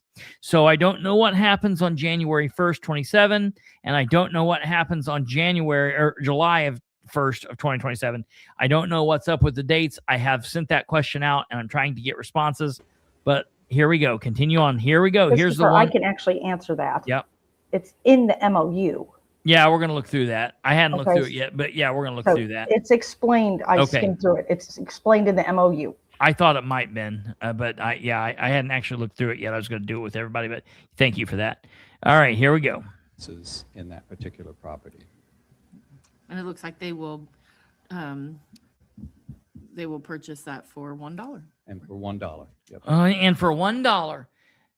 So let's understand this, ladies and gentlemen. The Crisis Center at 809 West 8th Street is going to be purchased for $1 from the Muncie Mission after we've bought the building, and we paid far more for it than we needed to. Remember that whole big deal? Belinda Munson and Dustin Clark were involved in that. They bought the building and got it for its liquor license. They then sold the building to ECWI. That was a secret organization. And then after that secret organization then sold it to the city for just a crazy amount of money, made crazy bank on it. That was real, loop-de-doop, really weird, nonsense going on. People patting each other's pockets. Everybody got rich off the idea. And then the city of Muncie buys the building, tears the building down, pays for all of this, pays for all of the architects, all the engineers, all the work, builds the building, does all of this, pays for the staffing, pays for the utilities, and then we sell the damn building for $1. But what do we get out of it? We get this nice new old church that's got good bones and good parking at 1910 South Mock. What in the hell is the city going to do with that? We felt that's worthy to have a free health clinic in that location. They felt that's worthy. Thank you. Any other question? That's it. Nothing else about it. All those in favor That's of it. MOU signify by saying aye. Aye. Opposed? That's it. Now, we're getting ready to look at the MOU, but before we do that, I want to bring something up that Brandon brought up. Which is it? Do you remember when the mayor came forward and told everybody that we were in serious crisis mode because of Senate Bill 1? We're going to lay people off, and it's going to be through attrition, and we're going to put a hiring freeze on, and we don't know what we're going to do.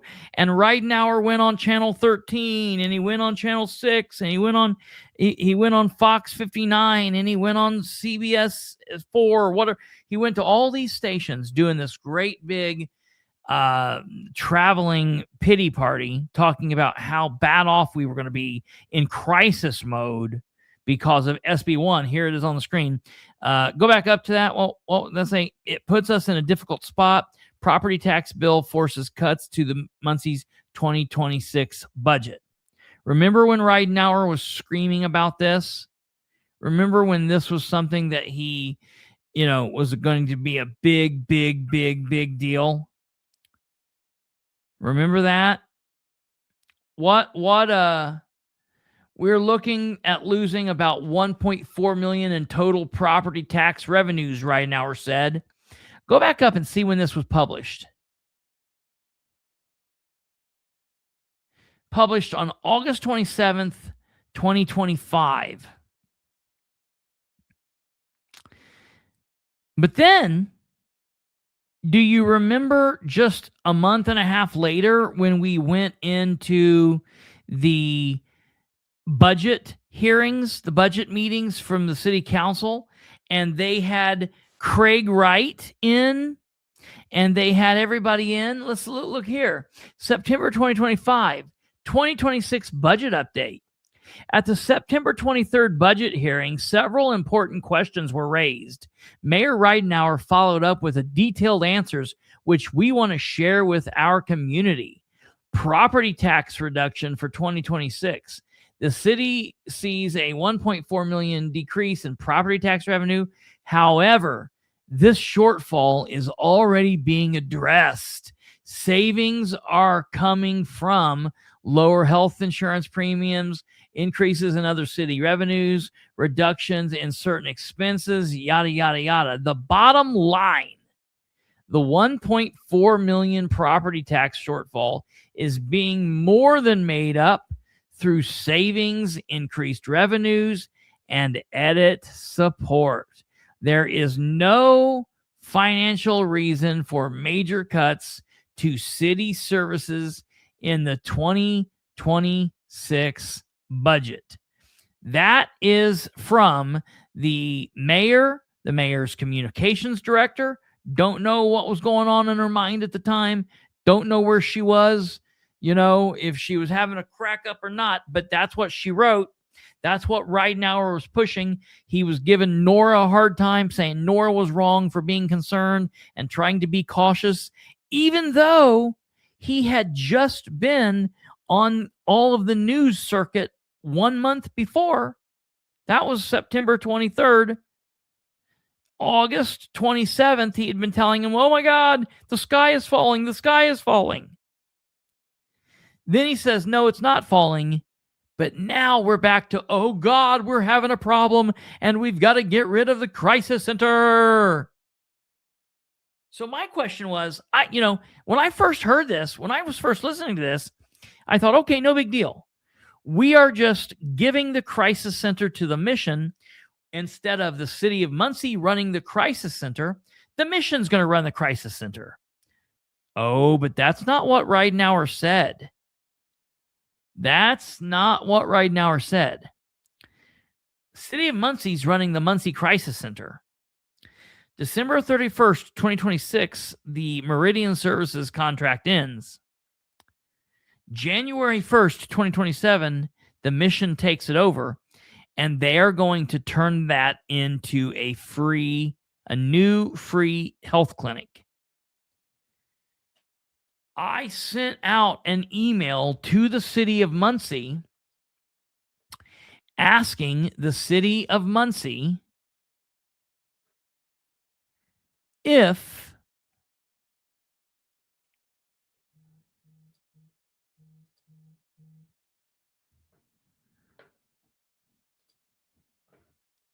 let me pull this up here.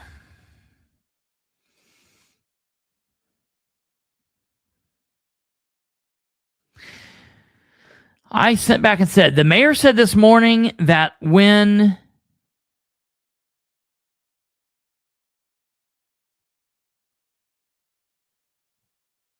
the mission takes over the building, they will run a free health clinic. Do we know if that means there are plans to keep any of the original ideas of the crisis center going after the transfer to the mission? Or when the transfer happens, will the addiction and crisis services be finished? I'm still waiting on a response. Have not received a response to that. Okay. I also issued a record request for the MOU, which we have, but then I also issued a record request for all emails and all documentation that Ridenour has received back and forth between him, the mission, the Meridian Services, and anybody involved with this situation. Okay. I want to put up on the screen this MOU, this Memorandum of Understanding, so you guys can see this. Okay. Memorandum of Understanding. The purpose of this MOU, ladies and gentlemen, is as follows. Okay. Purpose. The city of Muncie, it's between the city of Muncie and the Muncie Mission. The city of Muncie will provide the use of 809 West 8th Street to the Muncie Mission for a health clinic, which will be operated by the Muncie Mission. This health clinic will provide a substantial public service to those citizens who lack necessary resources to currently receive adequate health care. The Muncie Mission is a not-for-profit entity operating multiple assistance, recovery, homeless, and other services for people in need. City of Muncie, understanding the needs of some of our community, will lease the building at 809 West 8th Street, Muncie, Indiana, for $1 beginning January 1st, 2027 until June 30th, 2027 to the Muncie Mission for said health clinic. The city of Muncie will pay for the utilities, the insurance, the building maintenance through June of 27. So listen to me. Listen to what I'm saying, folks. It's not even what I said. We don't stop paying for things at the end of this year. We're going to give this to the mission And we're still going to be paying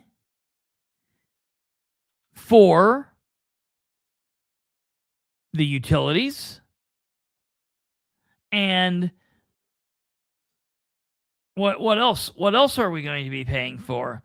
The utilities, the insurance, and the building maintenance until June 30th, 2027 for 809 West 8th Street. Muncie Mission will provide all equipment, furniture, staffing, and other items necessary to operate the health clinic. The Muncie Mission will purchase the building from the City of Muncie on or before July 1st for $1. Well, we're going to make $2 off of this because they're going to lease it for $1 and then buy it for $1. Yep. Now, did you listen to Dan's community update today? Yeah, we're gonna listen to that next. Oh, good, because we can figure out how much this is still going to cost us. Oh yeah. We're getting screwed every which possible way on this. This is totally insane. Muncie Mission will transfer ownership of the property at 1910 South Mock, formerly the Methodist Church, to the City of Muncie on or before April 15th, 2026 for the benefit of the Muncie community. The City of Muncie will begin paying the utilities, the insurance, and building maintenance upon the transfer. So now we're going to start paying for this. Why don't they pay for those utilities and all that crap until June 31st of 2027? You know, this is a lose for the City of Muncie. Neither party guarantees the condition of the fixtures, equipment, the HVAC, roofing of either building. Why? Why would we not guarantee that? We just built the damn thing.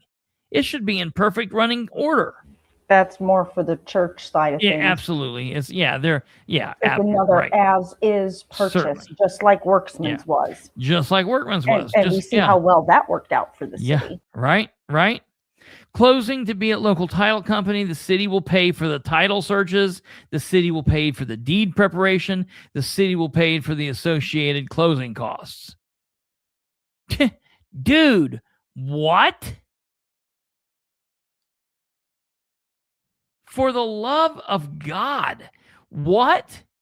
What does Ridenour think is going on here?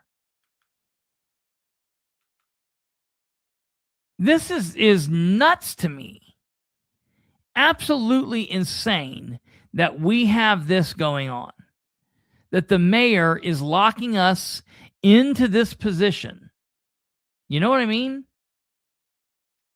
Absolutely crazy that we have to deal with this because I don't understand. I, for the love of God, do not understand what this man is doing. I cannot comprehend this. Okay, let's go and listen to the City of Muncie's community update with Muncie Mayor Dan Ridenour, okay? Because he did a 5-minute long community update, and we should be ever so thankful that he's willing to give us this time. Hoorah! Let's listen to this. Hello, Muncie. Dan Ridenour here. Happy IRS tax day for everybody. I know we have filed ours. I hope yours turned out well. I talked to somebody this morning. They were at a meeting I was at, and they had indicated that that they had seen a substantial benefit by no tax on overtime. So, hey, that's good.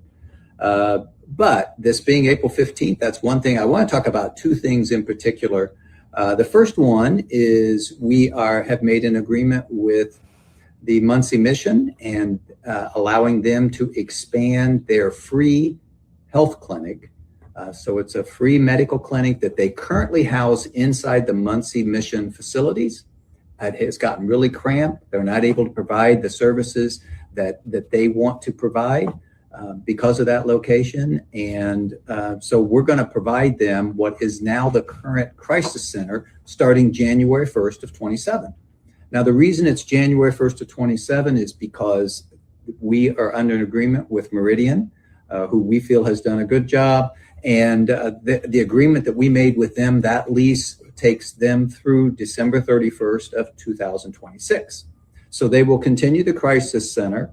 And then on January 1st, it will start transitioning to a new health clinic,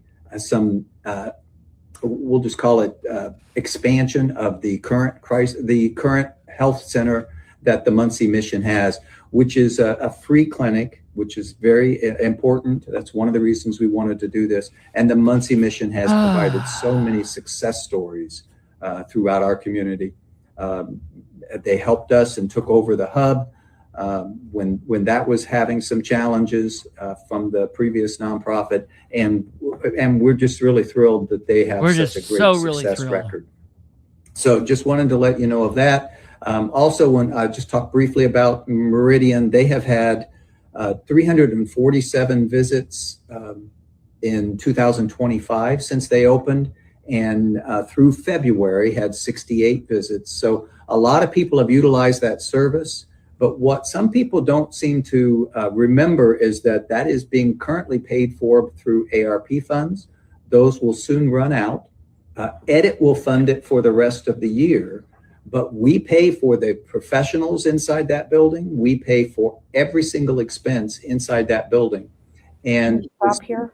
Yeah, we weren't told that. That's not what we were told. That's not how it was supposed to be. When he started talking here, what did he say? The lease with Meridian runs out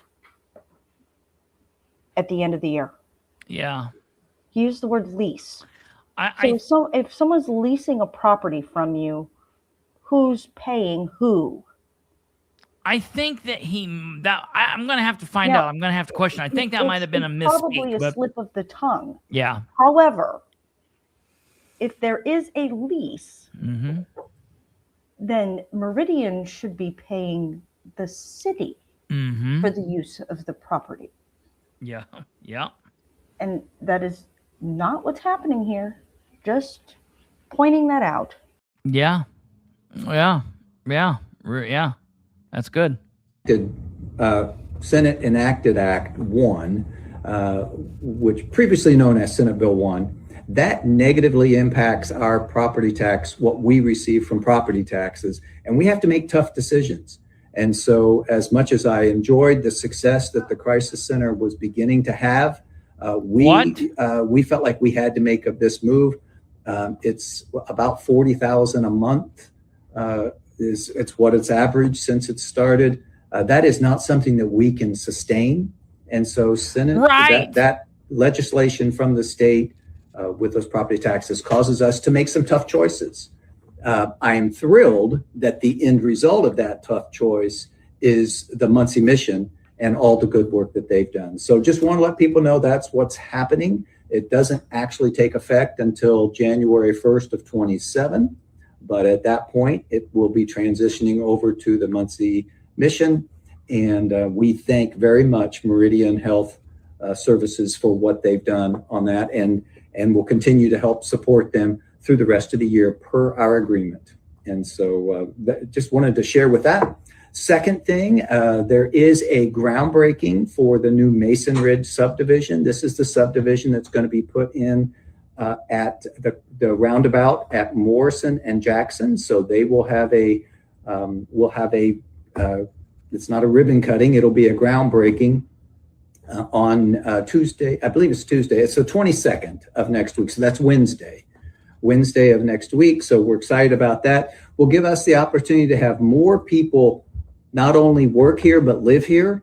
This is one of the challenges we had been facing as a city.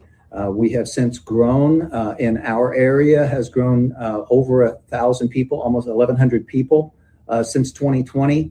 And we have 8,800 or so that drive in every day from out of county into Muncie. And this is a way for us to help some of them maybe choose us as a location to live. Because once they live here, they get their services here, they go to the stores here, they go to the restaurants here, they get all their other opportunities here. And so that's what we're going for. So anyway, just wanted to give those 2 updates, and hope you have a great day. Talk to you soon.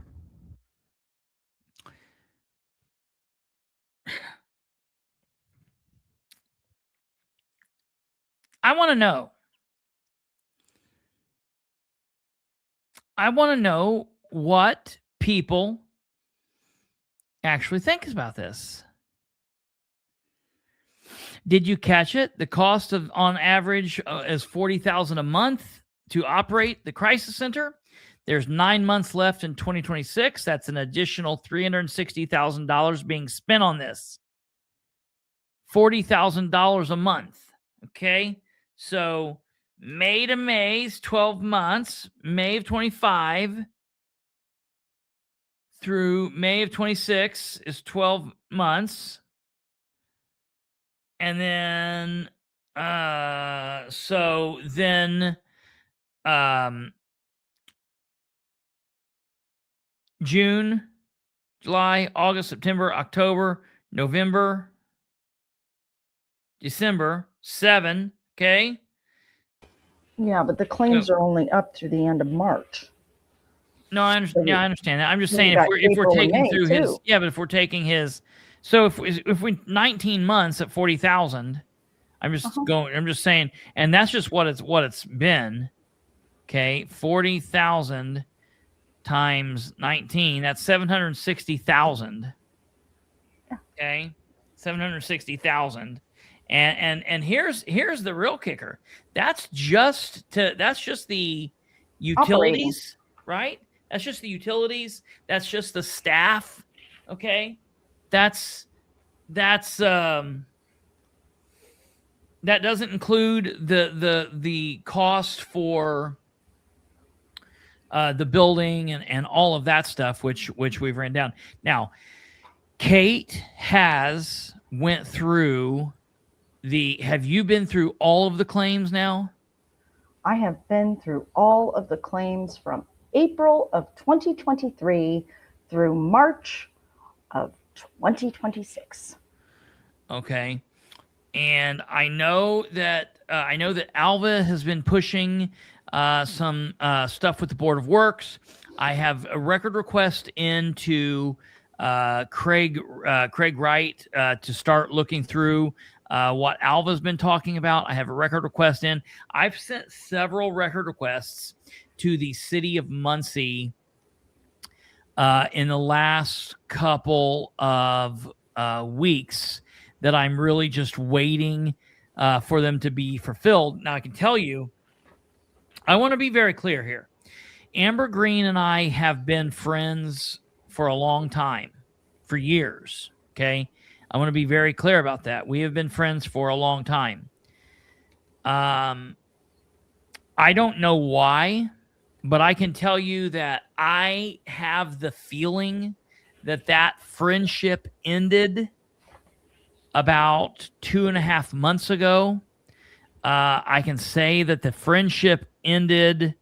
I don't know what reasoning. I mean, for whatever reason, ever since she's worked for the City of Muncie, she has gotten increased. See, so used to, Amber would call out Ridenauer for his actions, for things that he was doing. She looked and saw and thought that there were a lot of things that he did that were nonsensical or didn't make any sense. And just, she would call a lot of things out. And she took issue with a lot of things that Dan did. Ever since she got the job as communications director, that stopped, and not only did it stop her calling him out, but she would get more and more increasingly angry with me when I would do my job. And she had a hard time understanding that when we would talk, sometimes we might be talking as Kristopher and Amber, two friends, Bilbrey and Amber, two friends, And sometimes I would be talking to her in her official role. And like, I'm very good at differentiating, and I'm very good at understanding, that she seemed to have had a problem with that. And at some point, she made the determination, I guess, that, I was one of the bad guys, and we weren't friends anymore. Now, I can tell you, she's been on some kind of a something. I don't know what you can call what she's been doing the last several days, other than just madness. I mean, honestly, just it seems like madness to me, because for the love of God, I can't tell what she's doing. You know what I mean? Like, I don't know why she would be making some of the can you pop up here for a second? Okay, I'm playing around. Sorry. I was playing around with different backgrounds. Anyways, I don't know why she's made some of the decisions that she's made, and I'm not going to try to guess. We'll talk about that here in just a minute, but I used to be able to get record requests pretty quickly. But then even when we still communicated as friends, the record request started really slowing down. I will assume that the record request now will just be basically nothing.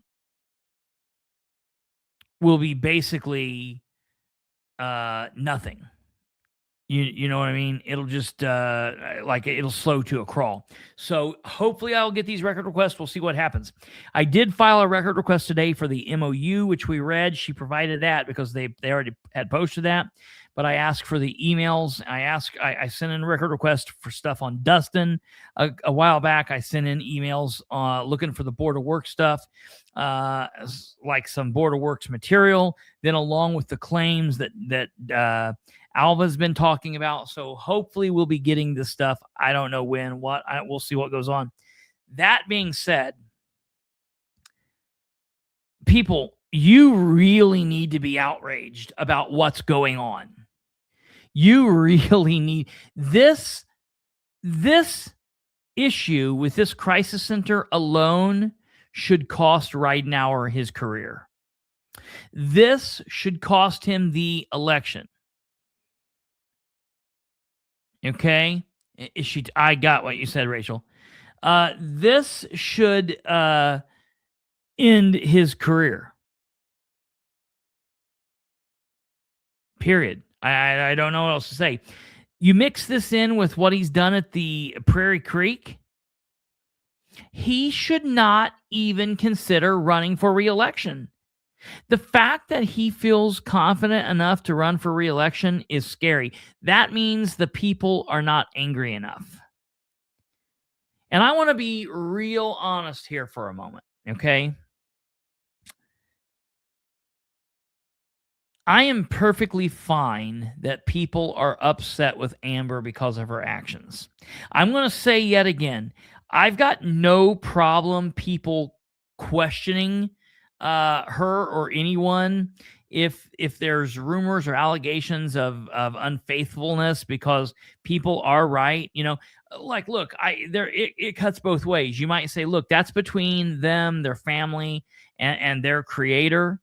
And then at the same time, people's like, well, look, if they're willing to do this at home, they're willing to not be faithful to their partners, they're not going to be faithful to the citizens. I understand all sides of it. I've just always went the high road on personal issues, and we've never talked about it unless it bled over into public life. Okay. That being said, I'm not talking about that. I'm only talking about her attitude. I'm talking about the way that she speaks to people, the way that she looks down on people, the way that she's been rude. And look, she's got a First Amendment right, and I will fight for her First Amendment right to the death. She has a right to be an idiot. We all have the right to be an idiot. Okay? But you have to understand consequences, and she has to understand these consequences. Now her husband's getting into the mix, and it's just ugly. And people in Muncie are going nuts over this. What I'm saying to everybody is, if you guys that are all out here creating Facebook pages and going back and archiving posts and comments and pictures that she's made for the last however many years, if you guys would take a percentage of that and apply that to what's going on with the council, what's going on with the mayor, what's going on with the crisis center, what's going on with the commissioners, what's going on in Henry County, what's going on in Yorktown, what's going on in Winchester, things would be so much better.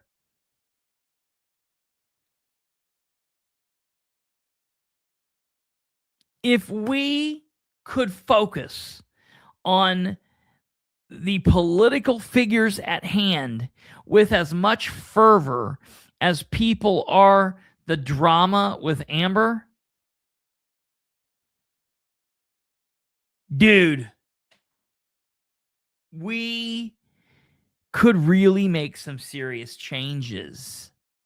And so I just want people to think about that a little bit in their mind. Okay. I just want people to take some time. I have no problem with people going out there and trolling and taking the piss and, you know, that's your bag. I'm fine with that. Okay. And whatever, you know, she's called down the thunder, and this is where she's at. I just want some of that same heat to be. That heat needs to be applied to Ridenour because of this single decision. This single decision. And you want to know who called it? Who called this all the way back when he first announced this in 2021, in 2022? This fat ass right here. I called it. I called it. Me, Kate, Brandon, this program here. Nobody else. No one else was this vocal, this outspoken about it. You want to know who called the Southway Plaza? We did. I'm just letting people know that Prairie Creek went to the meeting on November 19th. That night, I said, there will never be camping again on the North Shore in the way that it's been there. There are times that I am wrong, but I am right a whole hell of a lot more than I'm wrong. And I'm right on the things that matter. So I need people to understand that. Okay? I'm getting a bunch of people that are saying, when are you going to cover this craziness going on with Amber? Amber's out of control. And we admit when we're wrong. Absolutely. Amber's out of control. I don't know. I think she needs to step away. I think she needs to step away. I don't understand why she doesn't realize that she's hurting people around her. Okay? She is hurting the people around her. And so I think she needs to step away. If she's not going to, I think Ridenour needs to make the right decision and step her away for her own benefit, for his benefit.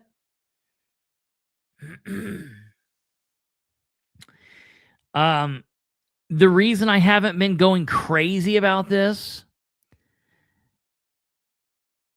has been because we've been doing the candidate interviews. So I'm going to talk about it in bits and pieces, but I'm not going to. I mean, the candidate interviews are taking precedent right now. So just FYI, we will talk about it more and we will look into it. And you know, I'm telling you right now officially, I'm calling her out. I'm calling her out for her behavior. I'm calling her out for the way she's been talking to people. Shireen Wagley, I've been telling Ridenhour for years about this.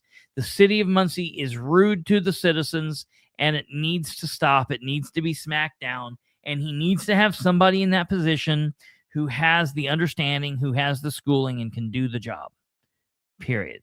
Okay. Shireen's the same way. Back to the crisis center. How much is the city losing over this deal? You know, do we have the poll up of that of what you went through? What? What are you pointing at? All right. Oh, you're pulling it up now. Let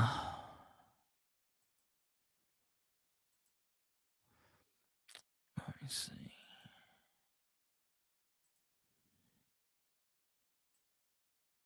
Okay.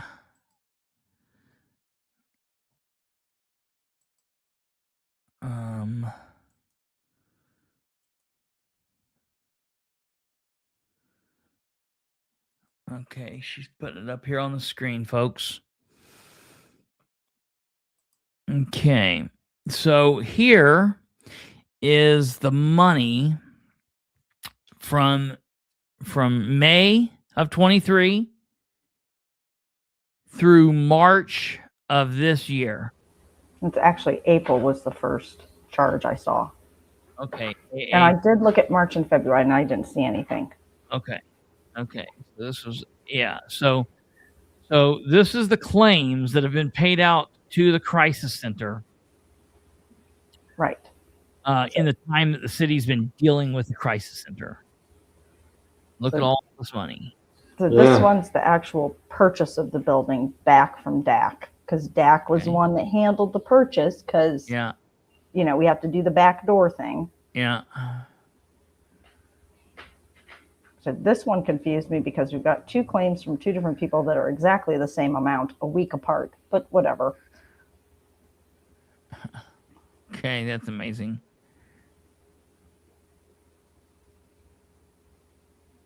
They had a Star card. They had a city credit card for a bit, for 1 month apparently. Because I didn't see any other claims for that. God. This Cintas is where they started buying all the supplies for the building. Yeah. Here's Meridian. This is where Meridian kicks in.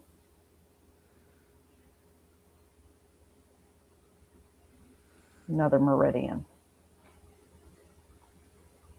Meridian. This 180, every time you see it pop up, that's the cleaning crew. Okay. Folks, this is just money that we've been spending. We'll publish this on social media. This is just money that the city of Muncie's been spending on this crisis center. Okay? Just what it is.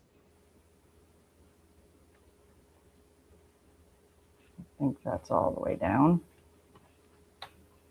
Really? Why are you being a dick to me today? It's fine. It's $1,695,000 and change. Hold on, how much?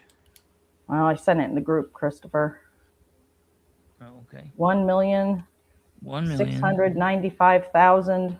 695,000. I gotta find it. 1,697,000. Okay. $560.28. And that, so that includes everything? That's everything? That's everything that I could find. Now, that does not include the insurance, because that's not billed separately. So you got to throw insurance on here as well. So that's going to be a hidden cost. Okay. It does not include the $360,000 based on his average that we still have coming this year. That'll put us over $2 million. Okay. You know, it's just insanity. And we're going to get $2 back. $1,697,000. You're going to make me math, aren't you? Mm-hmm. Suck. 560.28, and we're adding another $360,000 to that. So we're at $2,057,560.28. So taking out the $2 we're going to get back for the lease and the purchase, it only cost this, citizens of Muncie $2,057,558.28 by the time that we lease it over to them. And then we've got all the way up until July of next year where we're paying the insurance, the utilities, the maintenance, all those things. I don't know how much those will be for the 6 months of operating costs where we're not actually paying for the staffing anymore. We're paying everything else but the staffing. Yeah. So Wait, what did you just say? What did you just say? Huh? What did you just say? The staffing, we don't pay for that, but we pay for everything else. Yeah, we do. No, from January to July of next year. Oh, yeah. Okay, I get what you're saying. Yeah. Now, the numbers I have here include the demo, the rebuild, all of that stuff. You see the Fredericks on there? Yeah. Fredericks is a construction company. So there were several construction companies listed on this. So. Yeah. Yeah. So we're over 2 million on this thing.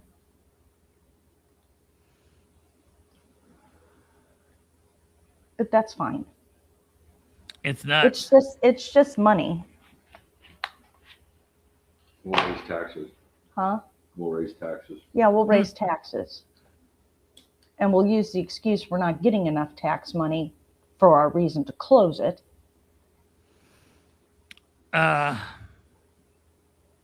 I'm sorry, the building costs over $2 million to buy, fix, operate. For how many months will it be open? 19? Yeah. For 19 months of operation to turn around and sell it for $1. Would you call that mismanagement of funds? Hell yes. Well, guess what Kate's doing tomorrow? What's that? Oh, I found where you can file complaints for APRA funds. Ha ha ha, that's good. Yes, we need that. Yes. So that's what Kate will be doing tomorrow. So well, good. Yes, keep us posted on that. We'll need to know. I'll let you know what I hear back. But somebody's got to say something. It's folks. This is definitely something that people should take serious issue with, and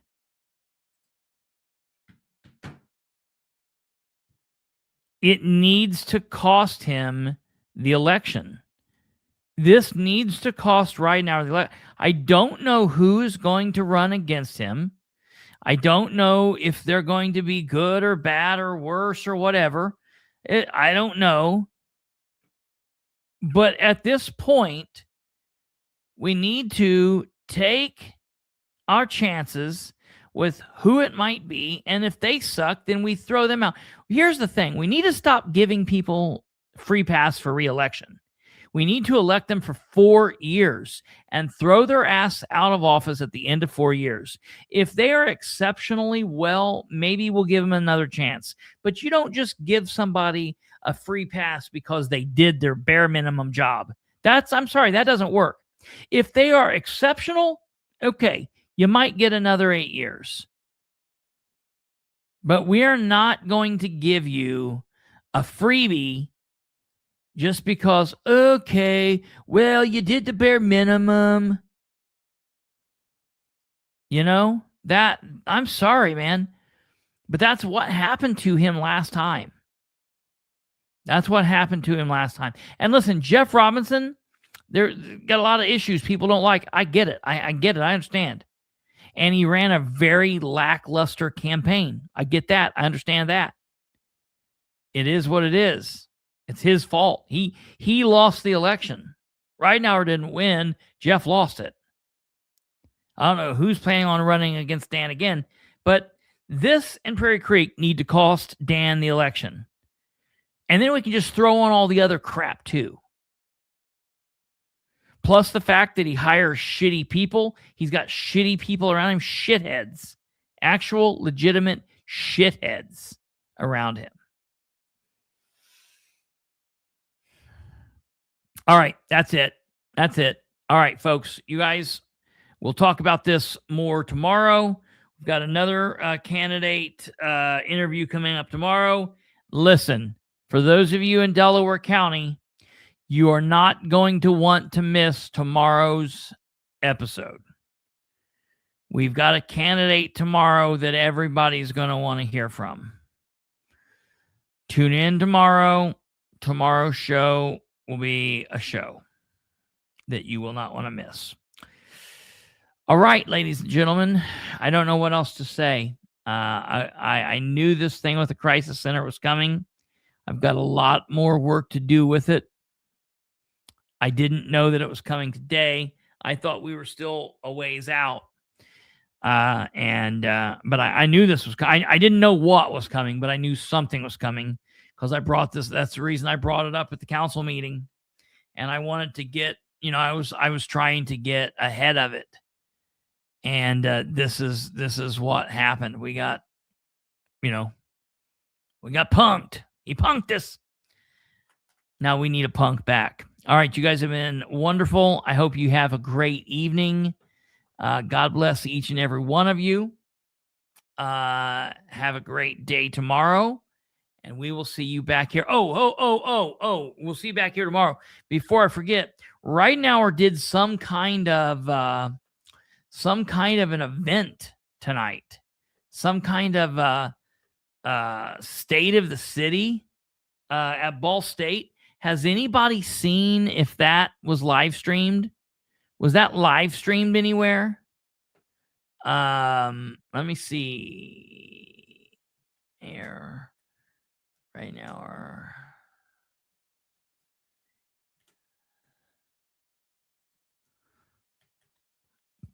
I want to see. He was supposed to have let's see here. Cardinal News. Let's see. Muncie Mayor Dan Ridenhour. Let me just hit this real quick before we roll. April 15th.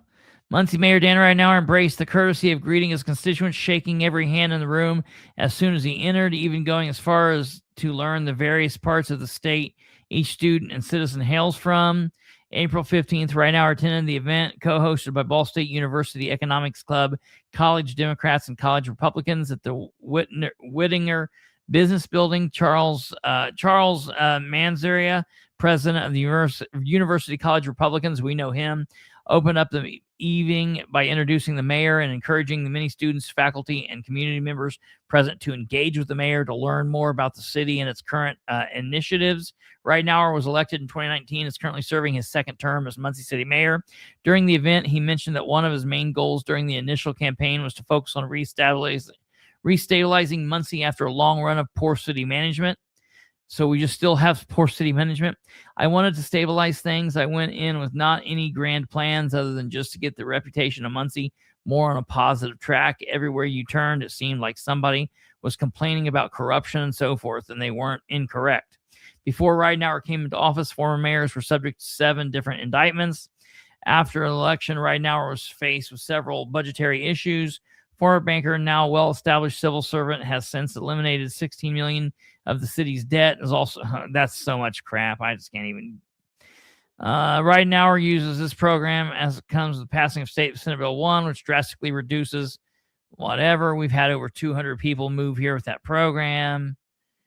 Let's see. Did anybody ask him anything good? I'm still probably happiest about opening the first splash pad. Go figure. Over drinking water. Some students I know of are very curious about the water. What's going on with that and what's causing it?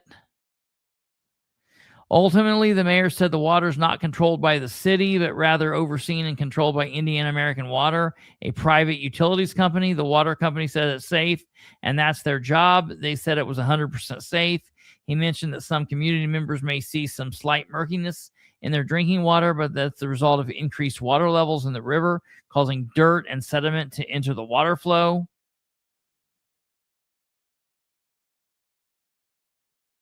Okay. So there seems to be nobody apparently asked any questions about the communications director. There were a lot of people saying that they were going to go, they were going to attend this, and they were going to ask the mayor about what his direction of the communications director. But apparently, that didn't happen. So that's that. Oh, and lastly, I want to address one last thing. And I guess I will also talk about this tomorrow since I told people we were leaving. Maybe people left off. This is a very sensitive topic.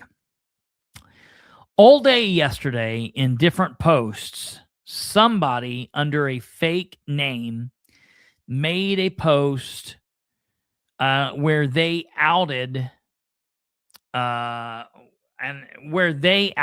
I don't know what proof they have or don't have, they outed a personal medical claim about the mayor. And I don't know who this person was. It was not me. It was not Kate. It was not Brandon. It's not somebody in my family, not somebody I know. This person was slamming Amber Green, as is almost everybody in Muncie on social media. This person was using this post to slam Amber Green and talking about how little she respected the mayor because he was out having surgery because of a procedure.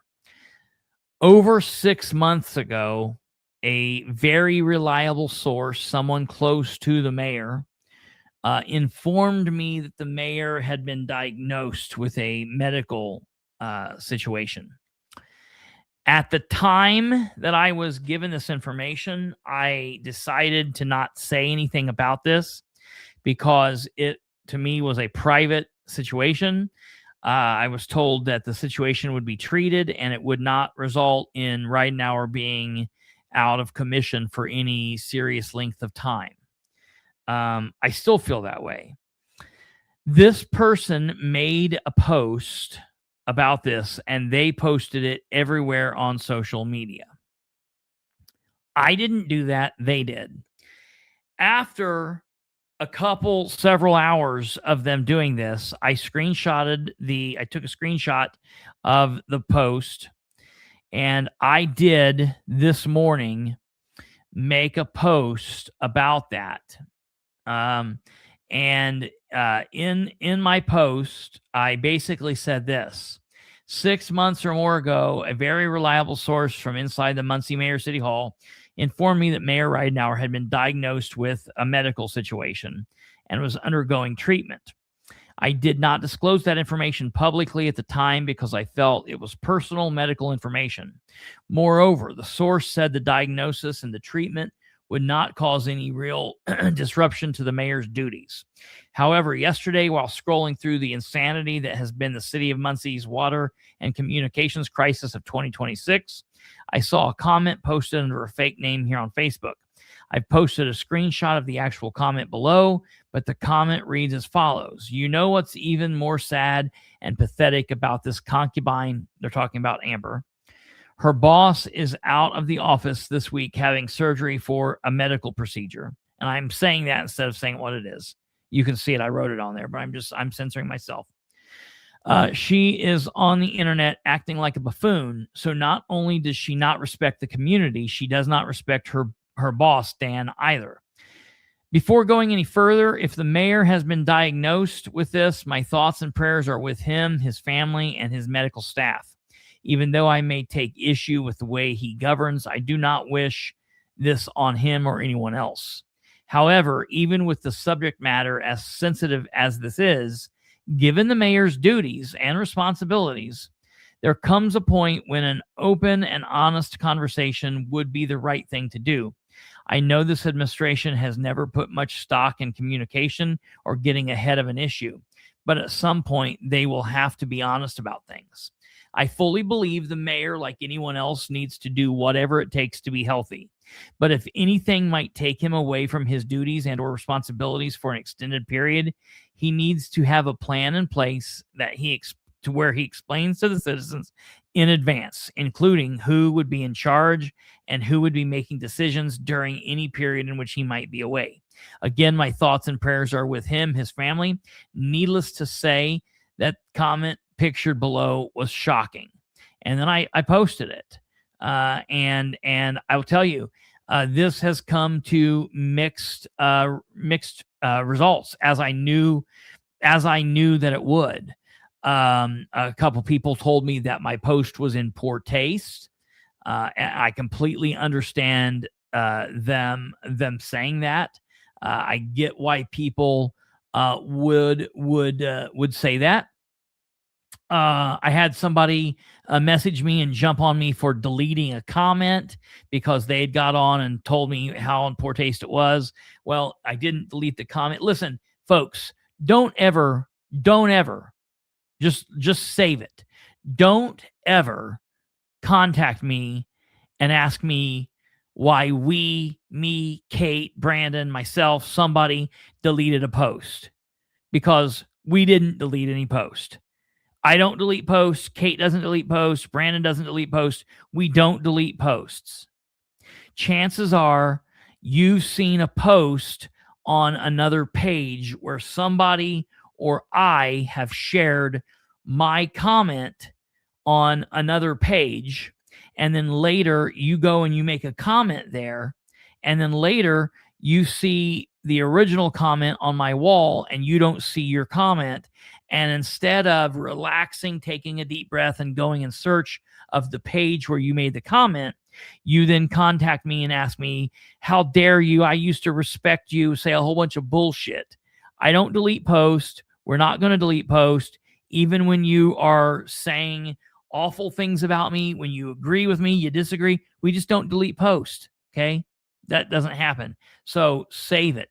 Don't do that anymore. I'm never... here's the deal. When I get that, I always feel a need to defend myself and prove, though I didn't. I'm not doing that anymore. If you contact me telling me that I deleted my post, all I'm going to do is I'm just going to delete your post and block you. No, that's a lie. I'm just not going to respond. We don't do it. Don't waste my time with that anymore. If you do, I'm just not going to respond. And the post that they claimed I deleted was this. I'm going to read it, okay?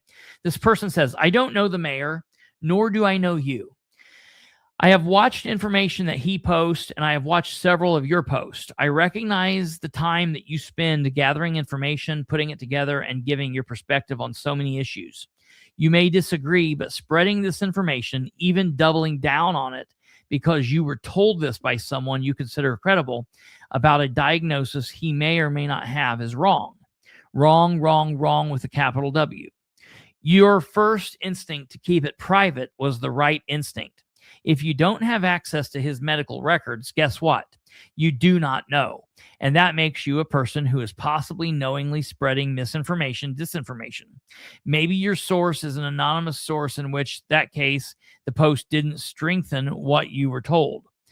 It can't express how personal and fragile a diagnosis of this magnitude can and often does cause emotional distress beyond words that I cannot accurately describe. I don't think being off work for a week or whatever the reason is justification to sell the idea that work duties are being impacted. I suppose if you are concerned that he is having difficulties performing his role as mayor, then work on a contingency plan for every other elected or appointed hired position so that when an event arises, whether it be sudden or gradual, there's a clear plan in place. If you're accurate in your belief that he has a private, extremely personal and emotional, trying medical condition, that still does not give you or anyone else the right to spread that information. I'm ashamed of our society and the complete lack of sympathy or empathy for others. I hope wisdom and virtuous behavior prevail and guide you in all of your endeavors. Keep up all of your good work you're doing. Another person said, I read your justification for putting this out, and I disagree and feel that this was a poor call on your part. Beneath you, just my opinion. Listen, I'm not always going to do the right thing. I'm not always going to make the right call. The number one thing I always say is I'm human, I'm fallible, and I do make mistakes. I don't think that this was a mistake. I don't think that this was a mistake. Now, I will tell you, I don't think that the person who put the post out is right because the mayor's not been out of office. I'm getting other people telling me, no, it was another department head that had an illness and has been out of office. Listen, I'm not getting it. I don't know. I don't know what the situation is. I know what I was told 6 months ago by a reliable source. I believe that reliable source, and I don't know. If the mayor is not out, listen, I hope that person's wrong. I hope I'm wrong. I hope he doesn't have the illness that I've been told. I wouldn't wish that on anybody. Okay. Furthermore, I'm not going to make any more fodder about this. I'm not going to talk about it. I get some people might not like I post this, but you know what? I piss people off daily. Coming on and doing a show pisses 50% of any population off at any given time. I sleep fine knowing that people don't like what I say or do. I'm okay with that. Okay? I get the severity. I've lost people to cancer. I've lost people to suicide. You're save it with me. You're not going to like get me on the higher ground like, ooh, you know, blah, blah, blah. I get it. You know what? We're all going to die. That's the number one thing. Everybody reading this is going to die. I'm going to die. We're all going to die. Do you realize that everyone you know someday will die? And instead of saying all your goodbyes, realize the sun doesn't go down. It's just an illusion created by the world spinning around. Okay? Everybody in America needs to get over this weird taboo of death and weirdness, okay? My thoughts and my prayers go out to anyone that has an illness, including my enemies. And I don't wish illness on any of my enemies, none of my supporters, none of my family members. I wish it could all be cured, could all be taken away. I've buried people very, very, very close to me due to serious illness, okay? Maybe it was wrong of me to post this. Okay, I'll live and learn. I've posted other shit I probably shouldn't have posted in the past. We'll figure it out. It's not a big deal. You cannot like it. If you lost respect for me, if you want to turn me off and don't be here, I get it. Okay. I've lost and gained viewers. So we'll deal with it. But at the end of the day, this is something that would be covered by news. It's something, if we were in a bigger city or something, this is something that would be talked about. If you don't like it, you wouldn't like that happening too. You know, I get it. I understand that. I've read and seen things and thought, oh, that's not appropriate. Okay. Maybe this wasn't appropriate. I made a decision. I thought about the decision and I went with it. And I will live with the consequences of that decision. Okay. Number one thing, my thoughts and my prayers are with anyone that's ill. I don't know if he is. I hope he's not. But that's what I have to say about that. And I just wanted to address that. And I definitely wanted to say, everybody that wrote me and said that they thought that I was wrong for posting this, your point is well made, point is well taken. And I respect your opinion. I'm not just saying, oh, you're wrong. I should have, I did it. Ha ha ha. I get it. It's a coin toss. Maybe it was right. Maybe it was wrong. Who knows? But we're going to go to sleep. We're going to wake up and the world will still move along. Okay. It is what it is. Wake up tomorrow. Tomorrow you can hate me for something new. All right. You guys take care. Good night and goodbye. Gotta love Muncie.